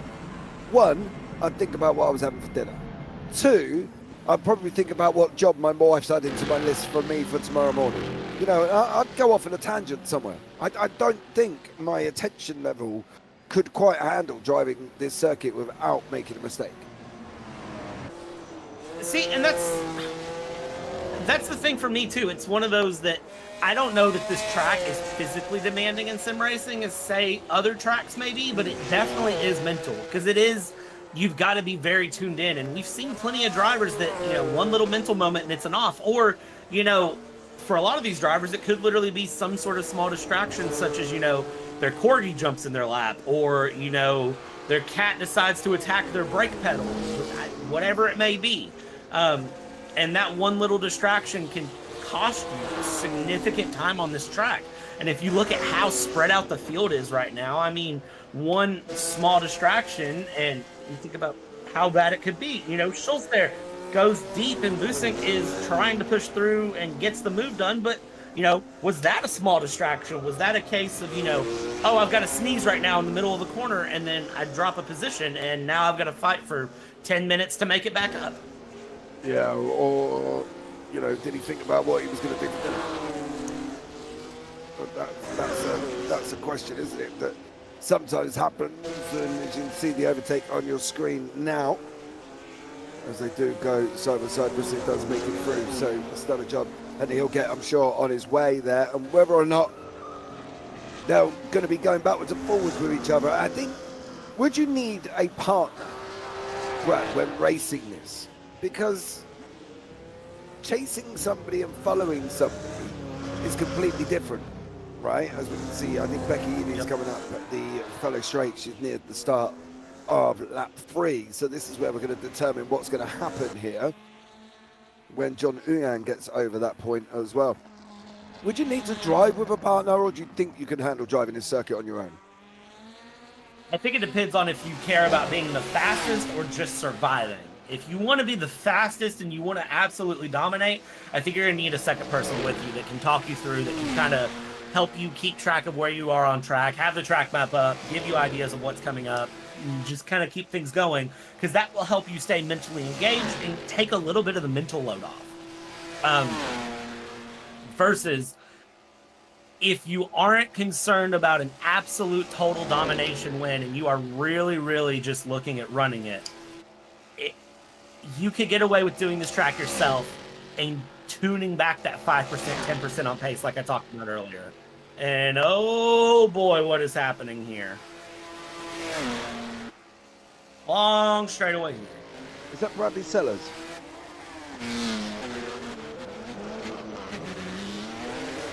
What has Dan been up to?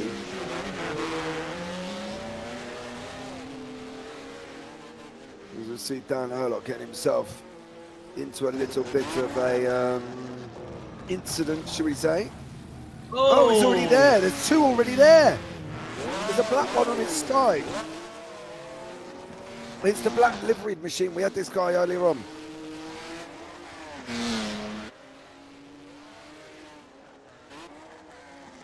Right, we're going to have a look and see who that was laying on the side there of their car. He was just in that all black liveried machine. For the life of me, I cannot remember who was in that all black livery machine, unfortunately.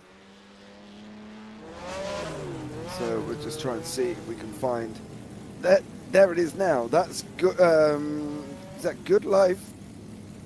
No, Good Life's 127. Is that Pullen on its roof? Yeah, that is Pullen. Is this? Are they still sitting there? Yeah. What is happening? Because there's the 51 there's 51s going. in the wall. What is happening? He can't turn the car, can he? Does he need pushing over? Is this camaraderie here? Is he trying to help flip him, or is he going to leave him? Oh, left him. No. Pullen. Oh, poor old Pullen stuck on the side of his roof. He got one little bump there, and then basically was given up. Oh, What? Are they just missed? What is happening there? Like, why is nobody hitting that through? Oh, they're trying, but they can't get him Jason. over. What are they supposed to do? I'm just confused why everyone is continuing to Nope. miss that corner. Well, there's a car there. Just hashtag free Pullen. Oh, Pullen, come on. You can work it loose. You can rock it. Come on, buddy. You've got this. Or is he shaking in his sim rig to try and turn the car over? I don't know what he's doing here. He's doing something. He's trying to make it work. Who is coming up to him next, if anyone? So, I think he's all in a league of his own right now. Poor old Pullen Cam is Pullen canned. Is he in 36? He's Or in is he 34th. Adam Gray Yeah. is about 5 minutes away. Oh, he DNFs out. That's his race over. Oh, so we lost Pullen, Lane, Vessa, Cabrera, Meyer, Dancourt, Newman. But, man, come on, Pullen. You could have saved that. He could have pulled it. Pullen could I have don't pulled know. it.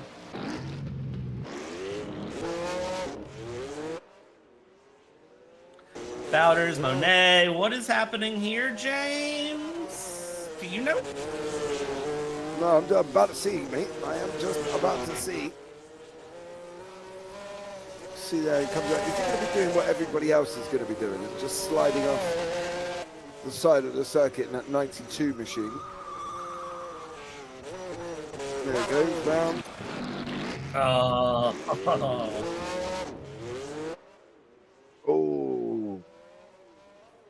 Ouch. Yeah. But to be fair, if he's made it this long and that was his first spin for Monet and Bowders, then not a bad thing. Yeah, it's a good fact that if you've gone this far and this is the first problem you're having, you're probably not doing too bad, honestly. Here is Wood and Lalonde coming across, and then looks like Becky Ely has started on lap 3 officially on her side. John Uyan still not across the line for what might be the third lap. We're still waiting to see how timing fixes itself. Yeah, we're going to see if it does there. And whether or not it fixes up, we'll pick up on John Uyan, I'm sure. We'll be able to find out what the situation will be. We'll go over there. John, there is John.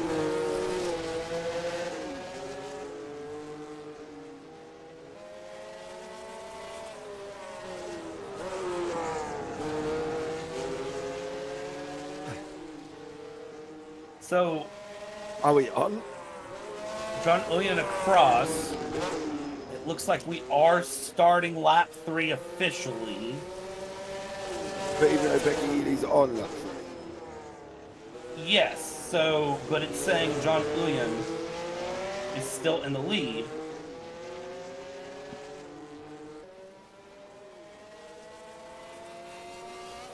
Yeah, Oh, there we go. I don't know exactly what's happening. No, we'll try and work this one out, guys, here as we continue to figure out with the whole timing tower and software incident with John Uyan there. So let's just keep going here as these guys continue to fight it out here as well. And we've got Schultz and Busnik, these guys battling out there. Busnik half of 3 seconds behind as he's now trying to chase him down. So great job from these as these continue to fight on. Now Busnik sitting down in 9th place. He's on that run down from the start-finish line down into Serds and contra Spinazza. Yeah, and as we run here, continue through Schultz, Busenik, who can come out ahead? What is the plan for these two? It's a Ferrari versus a Porsche.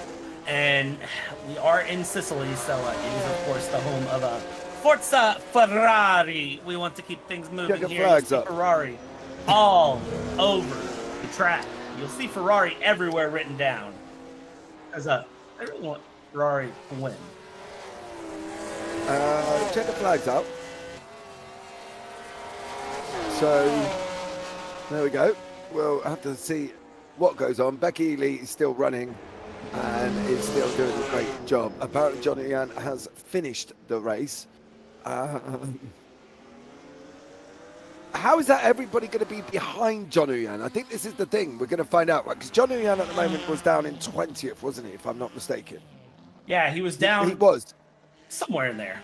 Yeah, so we've got Wood, Lalonde, Tammy, Angelitas, Brian Hall, Jerry Chen, John Meyer, Dan Herlock, Mountjoy. Are they all going to be then finishing behind him? So let's see what happens as we continue this on. Becky Ely is on the final lap of the race on the run down now into Contrada Spinazza. Spinasantas. Is that right? Yeah, must be. As these guys are continually to race on. Becky Ely doing a great job. She's got about another 3/4 of the lap remaining. I say that as if it's just 6 turns. It's not. It's probably another 400 and probably about another 25 to 35 minutes. So there you go. Looks like John starting from the pits caused him to add a lap. So everyone he passed has just had their race ended. Oh. I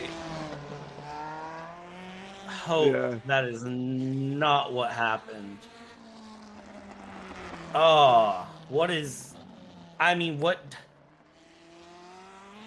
I So don't the question... really know. I suppose the question would be, why did he stay in?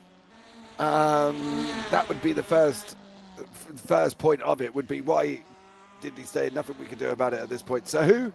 Looks like Johnson Coulson to added laps. So everyone he passed has just had their race ended. So that was basically everybody we discussed earlier on, right? So that would be everybody from, where was he, about 20th down. So give or take Tavanari, Wood, Lalonde. Say that. There's a couple of others in the pits. Yeah. In the pits. Should have restarted the race in the beginning. No. I know. Maybe. I don't know. I don't know. But at the moment, that's put a lot of people in the pits. De Bruyn's in the pits, Wood's in the pits, but they could be normal pit stops because he was in 20th. So it could be Wood, Lalonde, Tammy, Angelitas, Hall, Chen, Meyer. I don't know.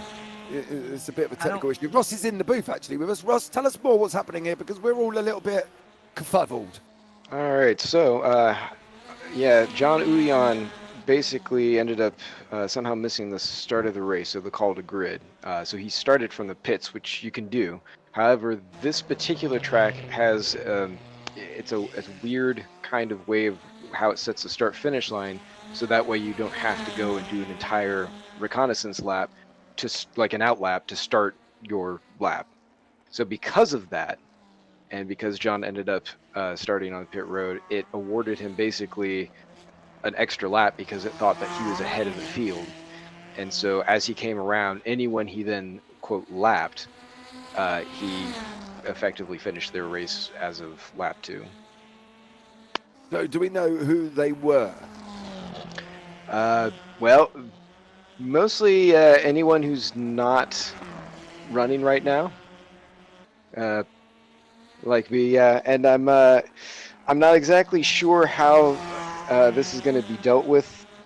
George made a call over the radio before I hopped out and back in here to have the cars that were just driving around to start their third lap to go ahead and complete it. So I have no idea if that's going to end up being somehow utilized. I know that in Div 3, the Shelbys can't make 3 laps unless you absolutely fuel save to the point of you're just doing a Sunday drive around here for all 3 of the laps. But we had to stop, and as soon as you stop for fuel, it holds your car. You can't do anything.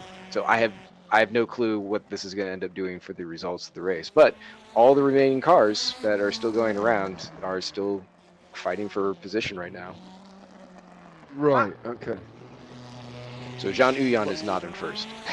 Yeah, well, we worked that one out. We were just trying to work out that you're stuck there, De Bruyn's stuck there, Wood's stuck there, Pope is still in there. So there's quite a few of you, I think, isn't there? Because he got to, well, it looks like from 29,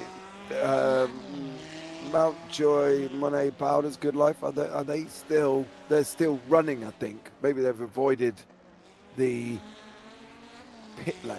This is going to be an interesting one for you then to decipher at the end of this. Yeah, well, it was certainly exciting. It definitely was. Do we think the thing for John would have been pulling out? Would that have helped the situation? It should have done, yeah, because then it would not have scored him ahead of everyone else. It's just, this is such a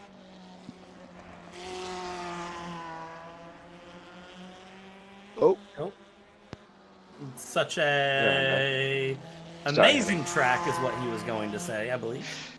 It's such a unique track with the way that it's set up because of that outlap situation that we've never had that happen before. We've never been in that situation. It's just everyone's been on the grid, we've gone, and never been a problem. But watch it all. So where will John place? That's a question in YouTube chat. The question is, where is Uyan going to be played? So he'll have his lap. The time will basically be adjusted so that way wherever he ended up finishing, that's where he is. So he'll probably be. He's definitely going to be back behind us, myself and Wouter, but I can't say for sure. Somewhere in the 20s, maybe. All right, Ross. Well, I'll tell you what, let's go and move forward anyway, because we've still got people driving around here, regardless of people who finished. How was it out there for Targa Florio? How was the race circuit itself? What did you do to get ready for this racetrack? Well, what a lot of people did, you just have to run it, and there's just no other way to do it. And the track makers actually developed an interesting approach to it, where they broke up a lot of the track. So the course, the area actually gets used for rally events. So there will be different segments of this course where you'll have different rally stages that run through here. So they've included those, and they've actually broken it up roughly by sector, so that way you don't have to turn a whole lap, beat up your car or whatever, or spend a whole lot of time getting there, to just really nail down a certain sector, which is great for like sectors 2 and 3, because obviously those take longer to get to, your car might not be as fresh. So you want to see what the maximum potential is to be able to hit all of those corners as you're diving down to those last 2 cities, and 3 cities actually, because Finello comes up at the end there at the start finish line. But it's yeah, you can't learn every corner. You have to kind of chunk it. So you just learn segments, and you think, and everyone learns the same way, where it's like, yep, can't go that fast through that corner because I died. And so you just keep doing it again until you figure out, okay, that's where I can take this segment. I can take this segment flat out. This one, maybe not so much. And some things you forget. Sometimes your brain skips a minute, and you think you are where you aren't, and things happen. Could I have made one request? Would you mind? My one request is could we have not made the trees and the people solid objects? That would be a question for S. Victor and the Targa Florio team, the track makers. So this track actually is a pull from originally done for Grand Prix Legends, and is a huge ordeal. I mean, the whole course took, I think, over 10 years to put all together, and then do the conversion. So it's gone through some iterations too, because there were trees that used to be solid. Quite a few of them, and I don't know if it was a performance thing or why they ended up pulling some of that out, and they just kept them as non-collidable buildable objects. Same with people. Obviously no 3D people, because that was starting to eat up performance. But it's a wonderful job. It's incredible that they can put 40-kilometer courses in here, or sorry, 40-mile, 72-kilometer courses in here. And this is the short version. Yeah, because it's quite interesting as well, the fact that the barriers will let you come back on through them, but it won't let you go off through them. Correct, yeah, which is something I only recently discovered, and I don't remember that being in previous iterations, because I saw that on Tuesday night's MNRL race, as Brian Hall ended up kind of pulling a Tony Hawk and going over some walls, and then cut back in front of JT Tavy. It looked like something out of Dukes of Hazzard. It was just ridiculous. But yeah, it's something that's allowed for, so that way drivers can get back on. Dahlgren's over. Oh, Magnus. Oh. Bro. Can we not get that replay from an onboard? Because I reckon seasickness would come in for Magnus Dahlgren if he's in VR there, as he has just barrel rolled his machine in that Ferrari 250. I think there was at least 6 or 7 in there. Rolls from Magnus Dahlgren. That was Oh. so violent. Oh, look at poor old Magnus. That's all it I takes. I hope nobody's in VR. Because that would be He'll be out of his chair. Man, he would have been losing his absolute marbles. He mounted the wall and then he just goes, wow. Oh my dearie me. Count that. If anybody's got an accurate count on how many times he's rolled then, let us know in YouTube chat, because that was unbelievable watching here. Well, Russ, are we then going into the end of this and taking these results almost with like the biggest pinch of salt we could possibly find out? Because until you guys work it out, we're not really ever going to know where anybody finished, are we? I think as they stand right now is going to be fairly representative of where it is. Obviously, anyone who's about from 20th on back, they're not going to be able to do much with it at this point. But in front of that, I mean, it's still up for grabs. I can't believe Dahlgren's still going. He's going to have. I don't know how that's working. Yeah, I don't know how that track's still remotely, that car is remotely moving. And to be honest, it does look like there was no, it's perfect, which is very bizarre, but Magnus...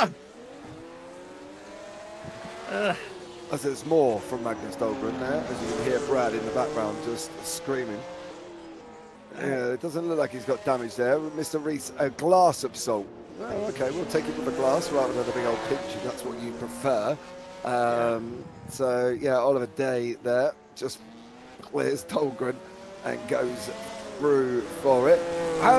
Did you have any major ta-ta-tas, Mr. Smith, while you were out there? Up early on in the race, just as we were kind of bunched up with some of the Div 1-2s, there was a bit of a checkup, and I ended up getting too close to Alfredo and kind of boogered the back of his car a little bit, but nothing too bad. We all kind of kept moving, and it wasn't. So you didn't take any unfortunate trips down the hill and off the other side and then up over the barrier? I didn't see any from you, to be fair. No, that's, I mean, as the cards show in the beginning, you got to survive. So, I mean, every one of us, you saw probably Valtra was right behind me, and we were just sort of running nose to tail, just keeping an eye out for each other to make sure that we could make it through to the end. And you lay back a little bit, especially in those first 2 laps, because you gotta hold on to your resources. You gotta make the tires last, because you don't want to be sitting in the pits for 60 to 90 some seconds, whatever it is, to get those tires changed over. So it was just kind of taking it easy, not driving Miss Daisy perhaps, but just staying focused. I mean, you have to be careful and quick. It's extremely difficult to do here, but the only thing you can do is just keep turning laps to do it. And is it easier driving around with somebody? Because we had this discussion earlier on. I wouldn't want to be doing 37-minute laps on me Todd. I think I'd want to be following somebody just to keep my brain going, to stop me thinking about what the wife's cooking for dinner, or what shopping I've got to do, or what job she's going to get me to do next. You know, and that would be for me. I don't know what it's like for you out there, Ross, but was it easier driving around with Wuro? Because you two seemed sort of quite attached at the hip. Well, we have very similar pace, obviously the same car, so that helps. But it's a double-edged sword, because if you trust the person that you're following to hit the brake marks the way that they should, then you could have some good benefit from it. You can kind of just stay in line and work together, and especially once you get to the long straightaway, you can slipstream and help save some fuel, which is what I was trying to do off of Ethan Funk, so I could shorten up this stop that never happened. So you can definitely hurt yourself pretty badly though if you're stuck behind somebody who doesn't know what they're doing, or just has a lapse of concentration. You know, if they just take it out a little bit too far, and you're right there with them, as you saw with Dahlgren. It just takes a wheel off, just touching a panel against a sidewall just a little bit too much, and it can be catastrophic. Quick question from Nathaniel McPhee on YouTube. Ross, did you do the track intro? I did do that, yes. Butchering all of the Italian names I could. I would have loved to have some of our Italian drivers actually get in there and Goldwood's in the wall again. See, this is what you want to have. This is why I said you got to keep your car together for lap 1 and 2, because as your competitors start to do this, that would have given anybody behind him a chance to close that huge gap that he had. Yeah, well, I think to be honest, it's been a difficult one, because obviously our software's got a little bit crazy, to be fair, to tell us where anybody actually is. Obviously with that UAN mix-up, we had Becky like 2,216 seconds behind or something ridiculous. So we've been trying to do some maths, which is not always worked. The live timing has just gone completely peaked on after that. Stacey says, bravo, Mr. Smith. So well done to you. Everybody loving your little intro there. Thanks, I appreciate it. This is such a special track, you know. You want to do something that kind of gives folks who've never seen it or really know about it and its history just kind of an idea of what everyone is getting into, because it really is a staple of sports car endurance racing. Well before Le Mans was, you know, as prestigious as it is today, this is where you went for your long form sports car endurance racing. And obviously it's far more demanding. Not to say that Le Mans is easy, but there's just so much more that you have to take on when you're going to this course. I think that's the thing, isn't it? We talk about this course, you know, and obviously you've got 174 corners when you're at Nords, if you include all the layouts together, you know, 154 if you just do the green hell.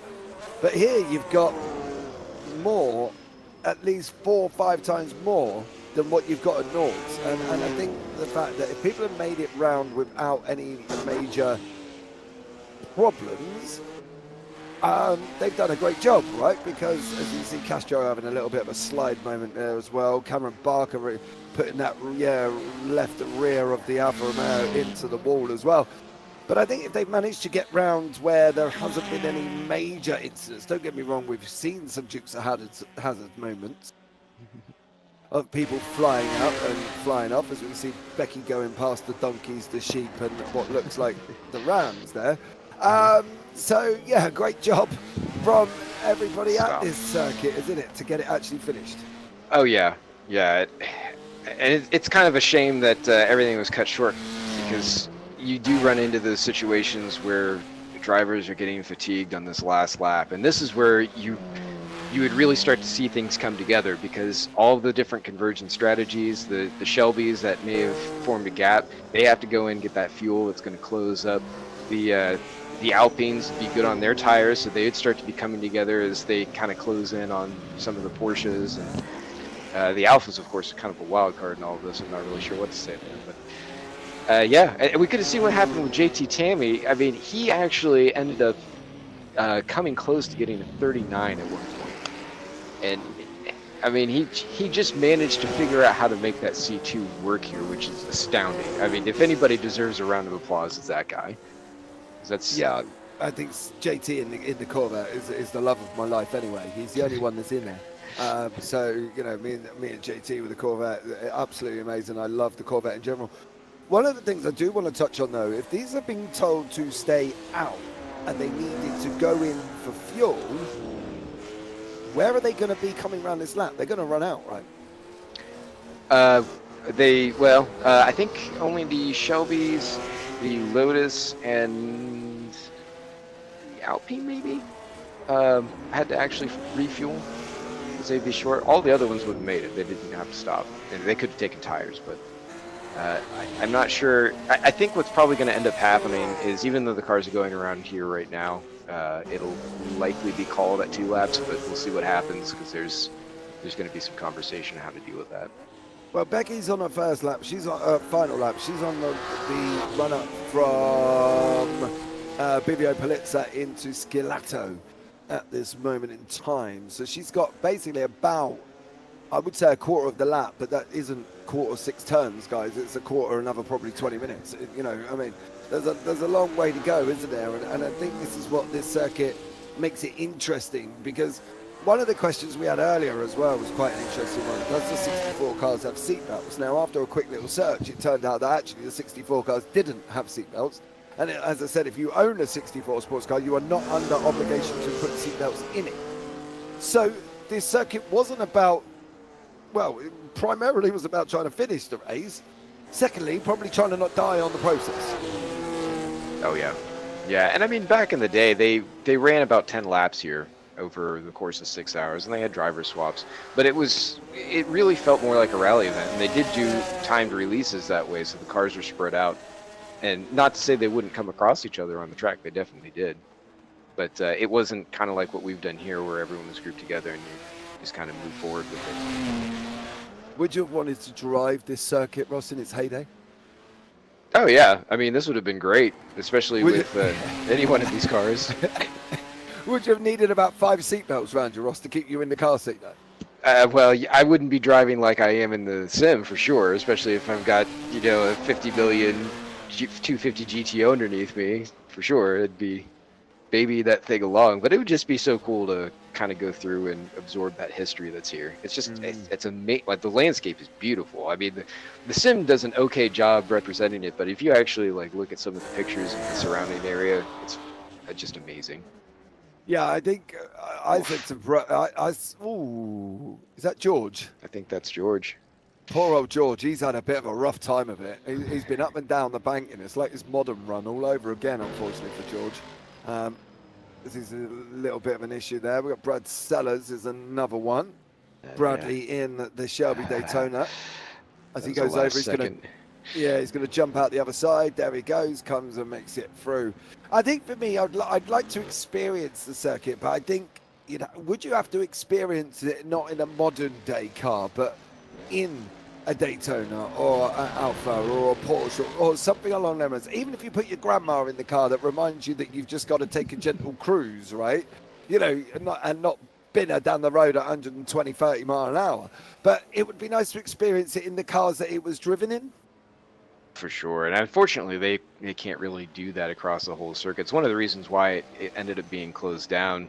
Was there was, like I said, Le Mans kind of came into to view as the premier endurance racing course, and it was mostly purpose built, even though you have quite a bit of country roads there. But this place was just too massive. It started off at, I think, like 300 kilometers, and they even had a tour of Sicily. You did a full lap of the island, and they changed it down, and it was, I think, around about 90 miles, and then now it went to its current 45-mile configuration, which is still huge.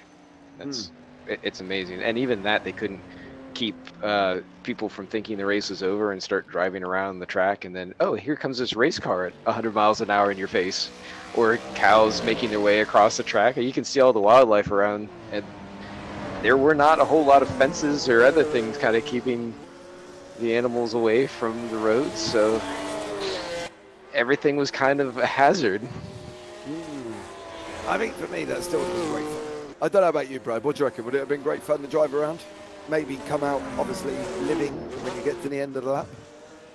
I still stand on the Sunday cruise decision. I don't know that I would want to I'd want to race, but I'd take a nice Sunday stroll. I don't know about the full speed pedal to the metal race, but I think a nice just drive around would be fun. Yeah, but I think you'd have to do it in the cars, wouldn't you? Schultz and Castro are going side by side at the moment.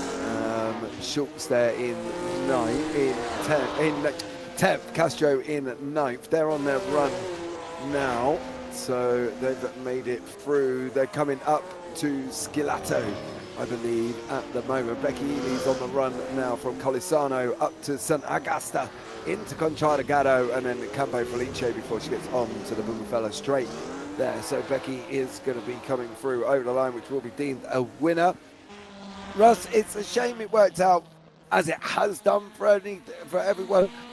Are you looking at changes going forward, though? Because are we thinking that this could happen at other race circuits that we've got coming up on the calendar?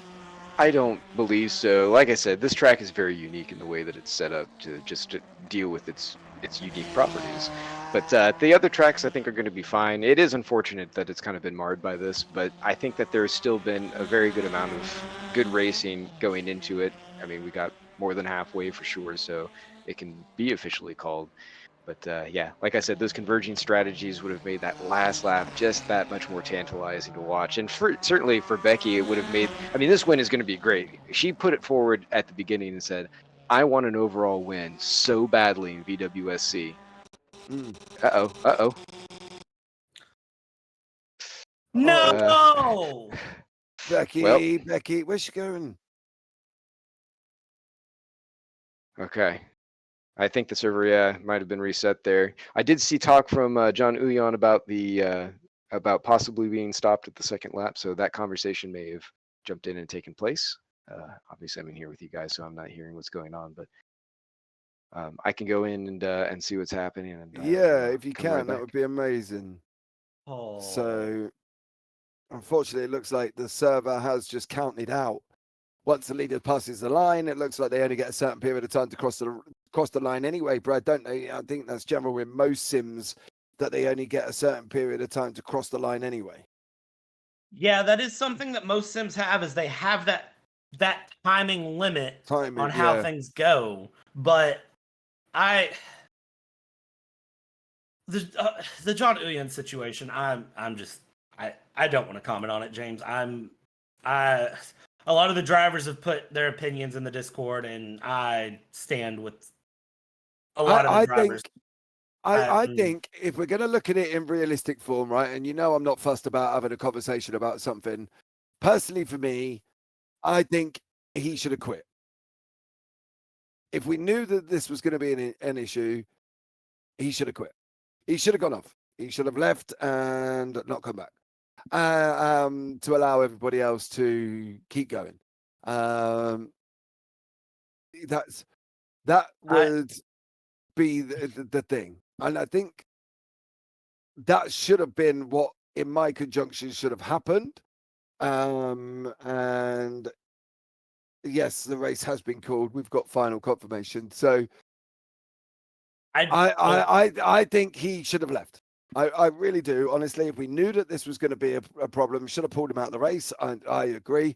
If we knew that this was a problem from the moment we started, which we did know, and they must have known, then I think he should have been asked to move over and quit. That would have been my opinion on it. If I'm a driver in this situation, I tell them not to score the race. That's my opinion. I don't think the race should be scored, period.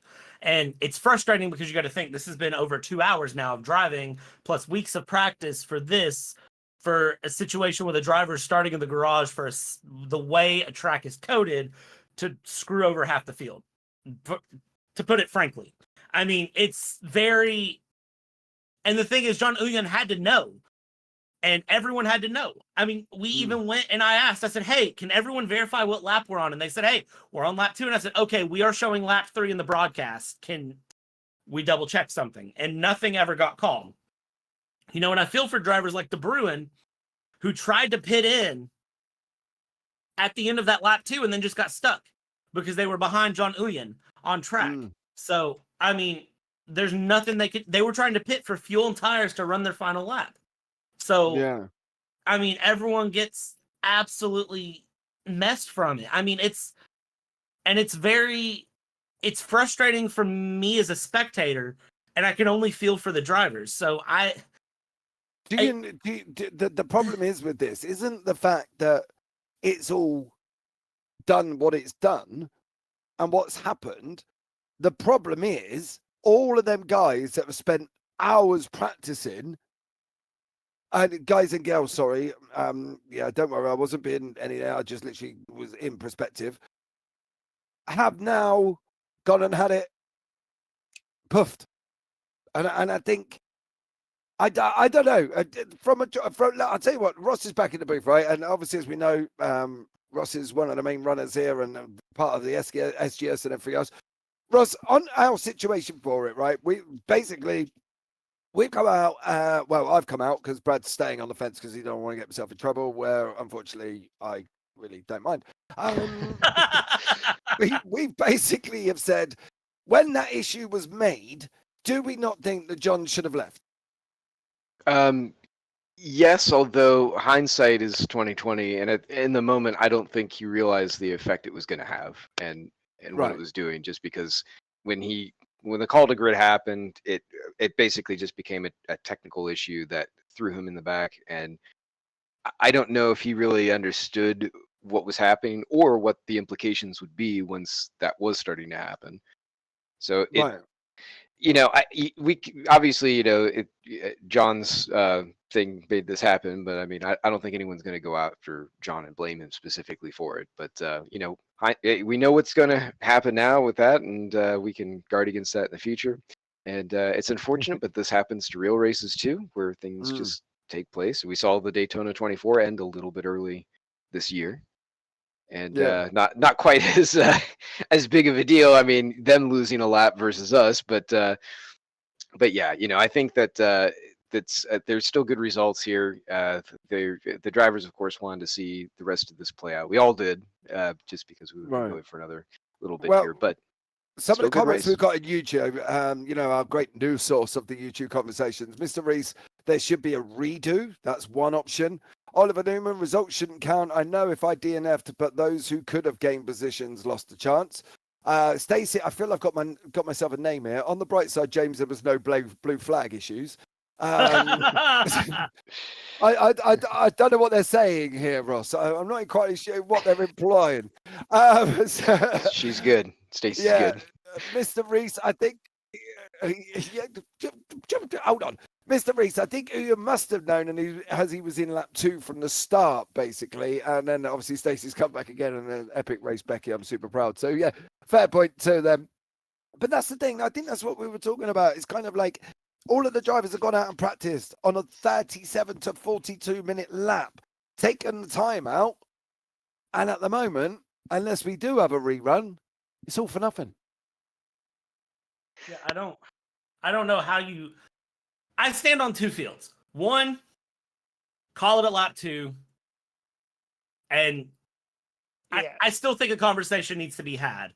So about, did John Uyen know from the beginning? Of course, George is here now, and I'm sure George is about to backhand me. Just to reiterate on what happened.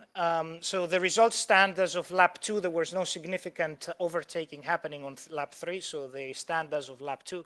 So Becky Ely gets the win in Division 1 and 2 and overall over Dan Kirby. Then we have the Magnus Dahlgren on Division 3, the win, and then second win in 3 races. And then we have Tom Mountjoy, his first career win in CMS and VWC, if I am not mistaken, and win in Division 1 and 2 AMS, a lap down. And then yours truly for Division 3 AM car. So that's the winning the winning drivers. What happened in there was that John Uyen missed the start of the race and decided to start from pit lane, but he did not allow the entire grid to pass. So if you miss a start when the green is thrown, According to the regulations, you have to go at the back of the grid and start from pit lane. That was not what was done by John Uyan, and the timing was affected. So that's what happened. Okay, So well, we've got Kim Diddy in YouTube chat. Let's just run it back now. She says she's not busy for the evening. So if you wanted to jump everybody back in again and start again, I guess that would please Kim. But I suppose we better start then, George, with an interview with yourself for the winning driver in Div 3. Well done, George. Yeah, thank you. It was a very, very difficult race for me. I think you guys saw I rolled the car on the first Yep. sector on the first lap, and after that I was struggling a lot because there was a pull from one side. The suspension of the car was not ideal, which caused premature wear on my front tires, and then premature wear on my brakes. So about second lap, halfway through, I had to give up. Like, I couldn't keep up with anybody else, so I had a minute and 20 seconds or 30 seconds lead from Jerry, and I just put it in there and cruised. I was so mentally exhausted, fighting the car all the time. The car was not doing what I wanted to do, and I had so much understeer and so much brake fade that basically I gave up. I just took it for a Sunday drive. That's what we said we would have done. I'd have put my picnic in the back with my grandma and stopped halfway round. You did get to see quite a lot of bit of the countryside though, George, didn't you, at some points? Yeah, so in the first lap, which I felt I could keep up with Neil Wood, who was in a Division 1 and 2 car. So I had a good run, and I kept behind him, using him as a pick basically. And when we passed Colesano, the second town, there is a collection of like fast corners that the Division 1 and 2 car apparently can take much faster than a Division 3 car. And that there were some corners that went wide, and yeah, I had to come back and then just tune it down. Yeah, well, you did a great job there, George, of course. How much practice did you put in? Not a lot, not some of those guys. I put, let's see, I would say a couple of 5-6 hours, including the race on MNRL. So about a total of, I don't know, 8-10 laps.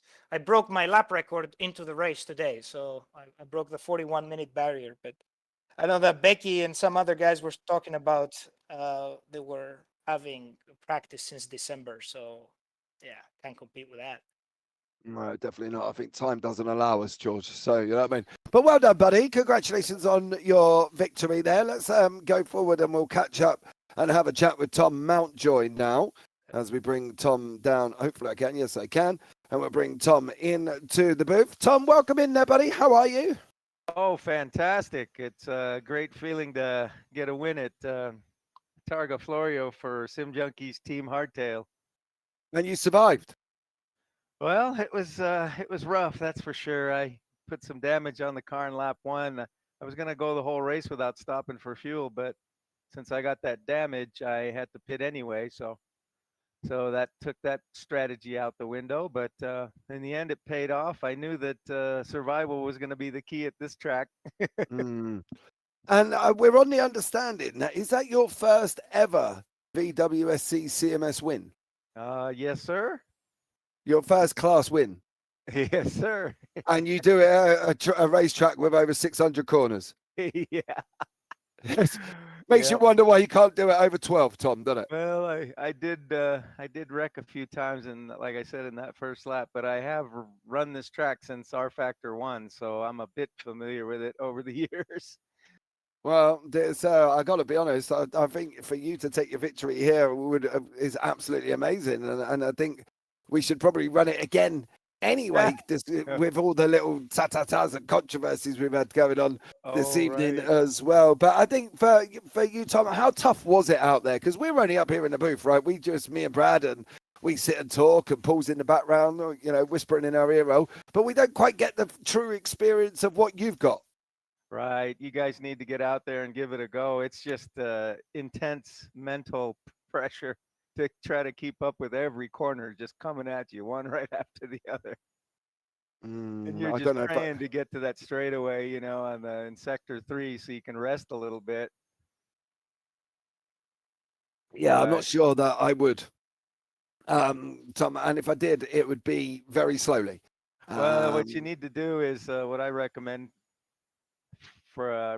it to some of the other drivers that had never really been there before, is just take a Sunday drive. Imagine you're in your mm, real car, driving in a countryside, and just enjoy the scenery and just take it in, and don't try to get crazy. yeah, making sure we avoid the wildlife. Well, there were a few cars too that had Yeah. trouble in front of me that I had to pass that were quite interesting. Was Yeah, we did see a good scary. old pile up as well. With a little bit of a parking lot at one point. There was about 7 cars careering into each other. Oh yeah, I'm glad I didn't run into that. The ones I Yeah. came upon were only about 2 cars, but Mm, yes, a few cars off track that you had to avoid, and mm. yeah, it was interesting. I let a few people by that I knew were faster than me, which was a good thing because I was just holding them up. So, and they weren't in my class, so it doesn't make sense to do that. Okay, Tom. Well, thank you so much for joining us there, buddy. Anyone you want to shout out before we let you go? Oh, just all my friends at Sim Junkies that are watching, and also everyone at CMS that puts all these things together. It's a real tough job, and really appreciate all the effort. Yeah, Thanks again. awesome stuff. No worries, Tom. Thanks so You much guys have for a great joining rest us. of the broadcast. Thank you. Cheers. Take care. Right, next up, we will bring in Magnus Dahlgren into the booth alongside us. Magnus, welcome in, buddy. How are you? Thank you, thank you. I'm a bit tumbled, but okay. Magnus, I want to ask you a question. Do you drive in VR? No, single screen. Oh, thank God for that, because your barrel roll of about 20 barrel rolls down the side of the circuit there would have probably caused you to spin right out in your head. I mean, there must be some kind of record. I don't know how many times I rolled over. No, we couldn't even get an accurate count on the broadcast. We tried it on board, we tried it off board, and we didn't really come up with a figure, to be blatantly honest, either. What was it like out there? Obviously, we saw your barrel roll that was rather spectacular. We saw a couple of off tracks in the process. How just tell us from your own perspective, how tough was it? First lap, the first sector was kind of hard because of the traffic, and then the rest of it in the second lap was pretty okay. But the third lap was the barrel lap with deteriorated rear tires, which were the cause of it. Mm. How tough was it on the tyres, do we think, as well? Did you think you could get to the end on one set, or do you feel you may have needed to change it? I could have made it on one set, obviously, but I was just a bit too. I wasn't careful enough in the last lap. Yeah, well, great job from you, Magnus, and you did survive after doing loads of flips. Did you have damage from that once you rolled it? Yeah, the whole car was dark blue. Nice. Nice. Well, a great job from you there, buddy, and well Thank done you. for getting to the end. Anyone you want to shout out before we let you go? To you guys and to CMS and SGS, and as well as my girlfriend who's watching at home sick. I hope she enjoyed it, even though it ended prematurely. Yeah, never mind there as well. You better go and treat her nice now, Magdalene. If she's sick, go and look after her and feed her grapes. Will do. All right, man. Have a good one. Cheers. And next up is your overall winner, eventually. When we did the maths, she decimated the field in qualifying. She's decimated the field in the race. And she did it all in a Lotus 23B with a little skateboard on wheels. But let's bring her into the booth. A young lady herself, Miss Becky Ely. Welcome in, Becky. Hi, James. Thank you very much. How are you, Bradley and Paul, doing? We're doing very well. We spent most of that race, to be honest with you, 50% confused as to what was going on. With John Uyan. Yes, that literally stopped us. It literally killed the timing software. It was all very interesting, and we pretty spent most of the broadcast confused as to what was going to actually happen. But what has come out of it is you managed to get halfway round on the third lap, and you won the race overall. So I suppose that's a plus, right? And you won your class. Yeah, I had about 7 minutes to go, and then it scared the absolute bejesus out of me because I thought another technical problem for me. But then when it happened to be everyone, I was like, good, but kind of takes the wind out of out of sails. Like, this is my first ever overall win, and when you've got to beat the enigma that is Dan Kirby to get an overall win, they're not going to come very often. And I feel like it was a bit of an anticlimactic. Like, I wanted to cross that line, so it's awesome, and I'm super happy. But it's a little deflating that I didn't get to finish. See, we did say that, and as you know, I'm quite outspoken, and Brad was sat on the fence. We did say the practice that people have put in, and the fact that you got so close to being near the end of the race and not being able to come around and listen to me cheer you over. I think, is it a bit of pill to swallow? Does it just take that little shine in the edge off? It does, yeah, absolutely. Like, this is the race of the whole year. The one race that I really want to win. Like, I'm hoping that me, Ben, and Yuki, we can go for the team's championship. I don't think any of us are expecting to go for the driver championship. We're all just like, let's go for the teams. We don't care who wins. At last race, Ben, I was following Ben. I was like, I'm not going to overtake you, Ben. This is your race. Then right at the end, he was like, no, after you, because he was a bit boxed in. You go win the race. And we just, like, we don't really care who wins as long as it's one of us Lotuses. But this race I actually did want to win. So yeah, like, it's sad, but it's also amazing. Like, I'm so happy that I kept it together, because I had a few scary moments. Went on a scenic safari across the Sicilian mountains for a while. But yeah, so I don't know, it's absolutely incredible and a bit rubbish at the same time. It's confusing. Yeah, well, Nathaniel says, great job, Becky. Stacy says, yay, Becky, in big capital letters. Here's a question for you, though, as well. Corey in YouTube chat, the race results should have been null and void. Now, there was a suggestion about rerunning this race. Earlier on in YouTube, they've come up with lots of suggestions. They've gone a little bit crazy since all these conspiracies happened. So, for you, what would be your ideal scenario? Do you think if George come out and Ross come out and said, right, next weekend, we're doing it again. No mess ups. Everybody gets on the grid. If you don't make the grid, you wait till the end. If you don't get past that, you just quit out, right? Because that was one of the suggestions that we had here. John must have known somewhere along the lines what was going on, and he should have quit in general. How would you feel if they come around and said, right, we're going to start it from exactly the same qualified times, we're going to rerun it again? I mean, that kind of gets rid of everything I did in the race, which isn't cool. But, more Targa. But do you think you could do it again? I don't know, maybe. I mean, give another week, and Dan Kirby would be faster than me, so that would present a problem.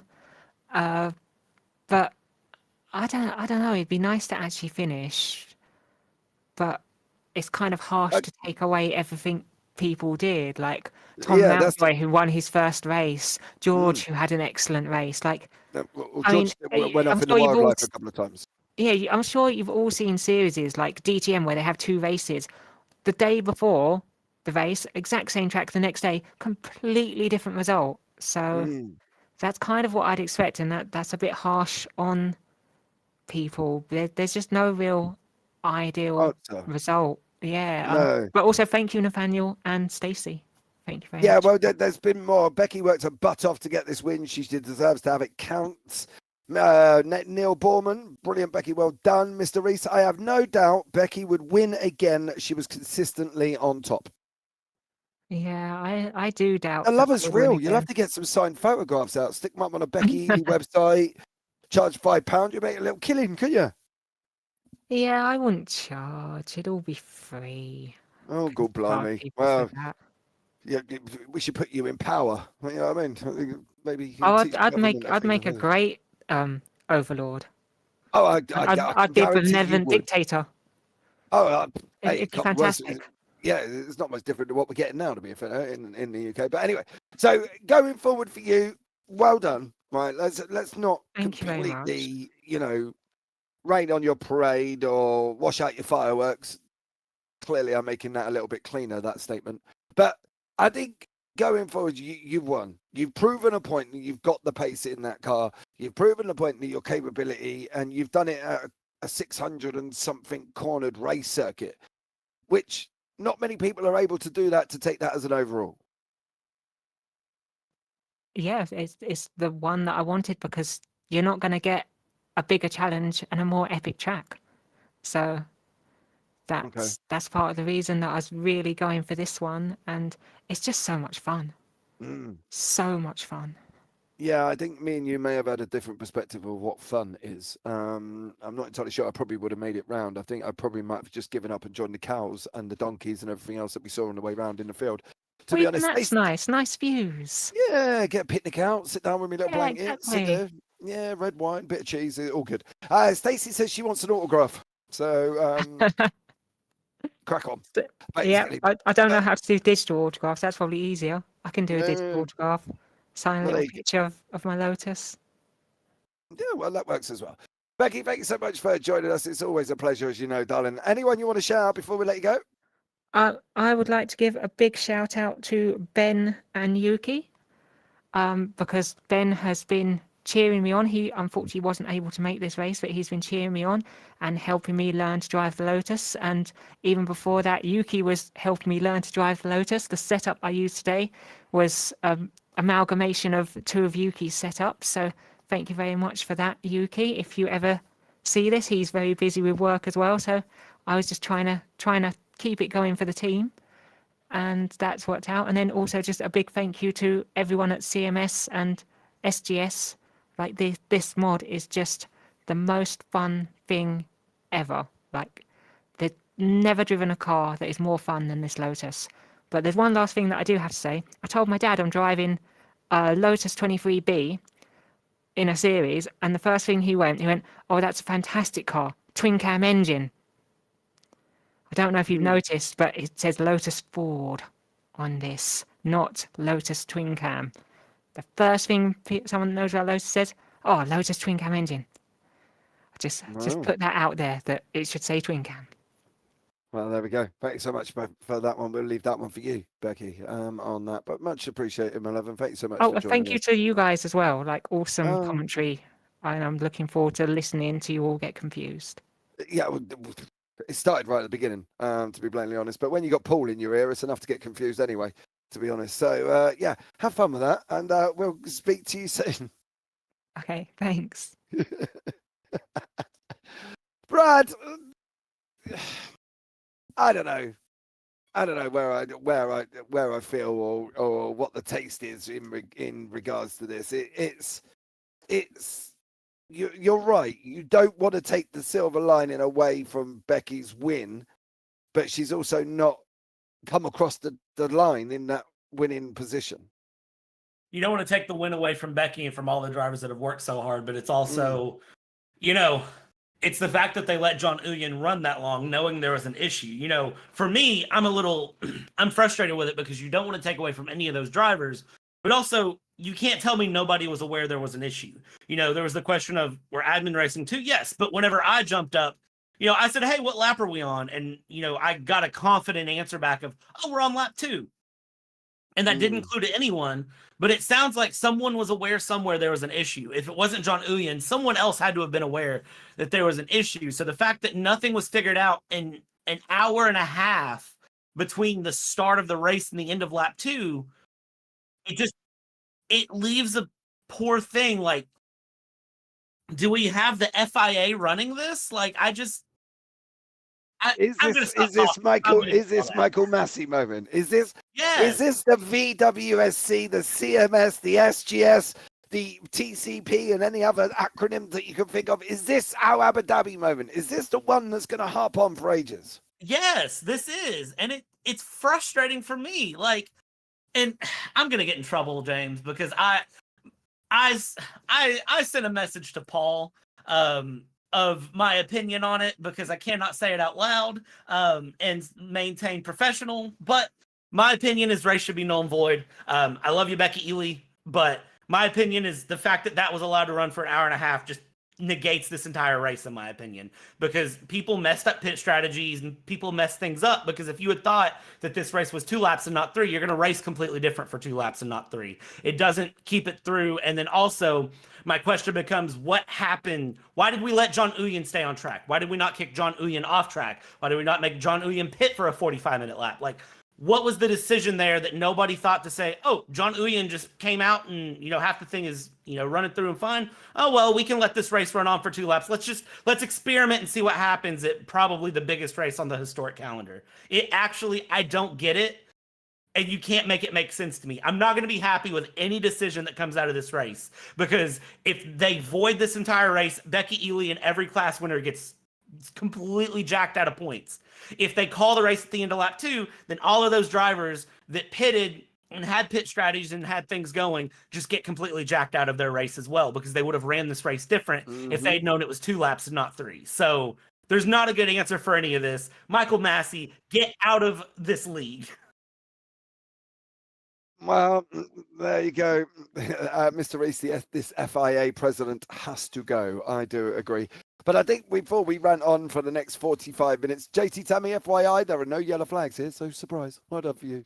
We're basically gonna wrap this up, I think, because we could be here all night debating this, and I think at the end of the day, I don't think anything me, Brad, or even Paul whispers in my ear is going to change any different. So for now, guys, I think that's going to bring this one up to an end. Thank you so much to everybody that has joined us here. There's been so many of you in YouTube chat. I can't run through you all, but you know who you are. Much love to every single person. But for now, guys, from us up here in the JPB booth, take care, have a great week, and you never know, we might see you on the track sometime. Good night.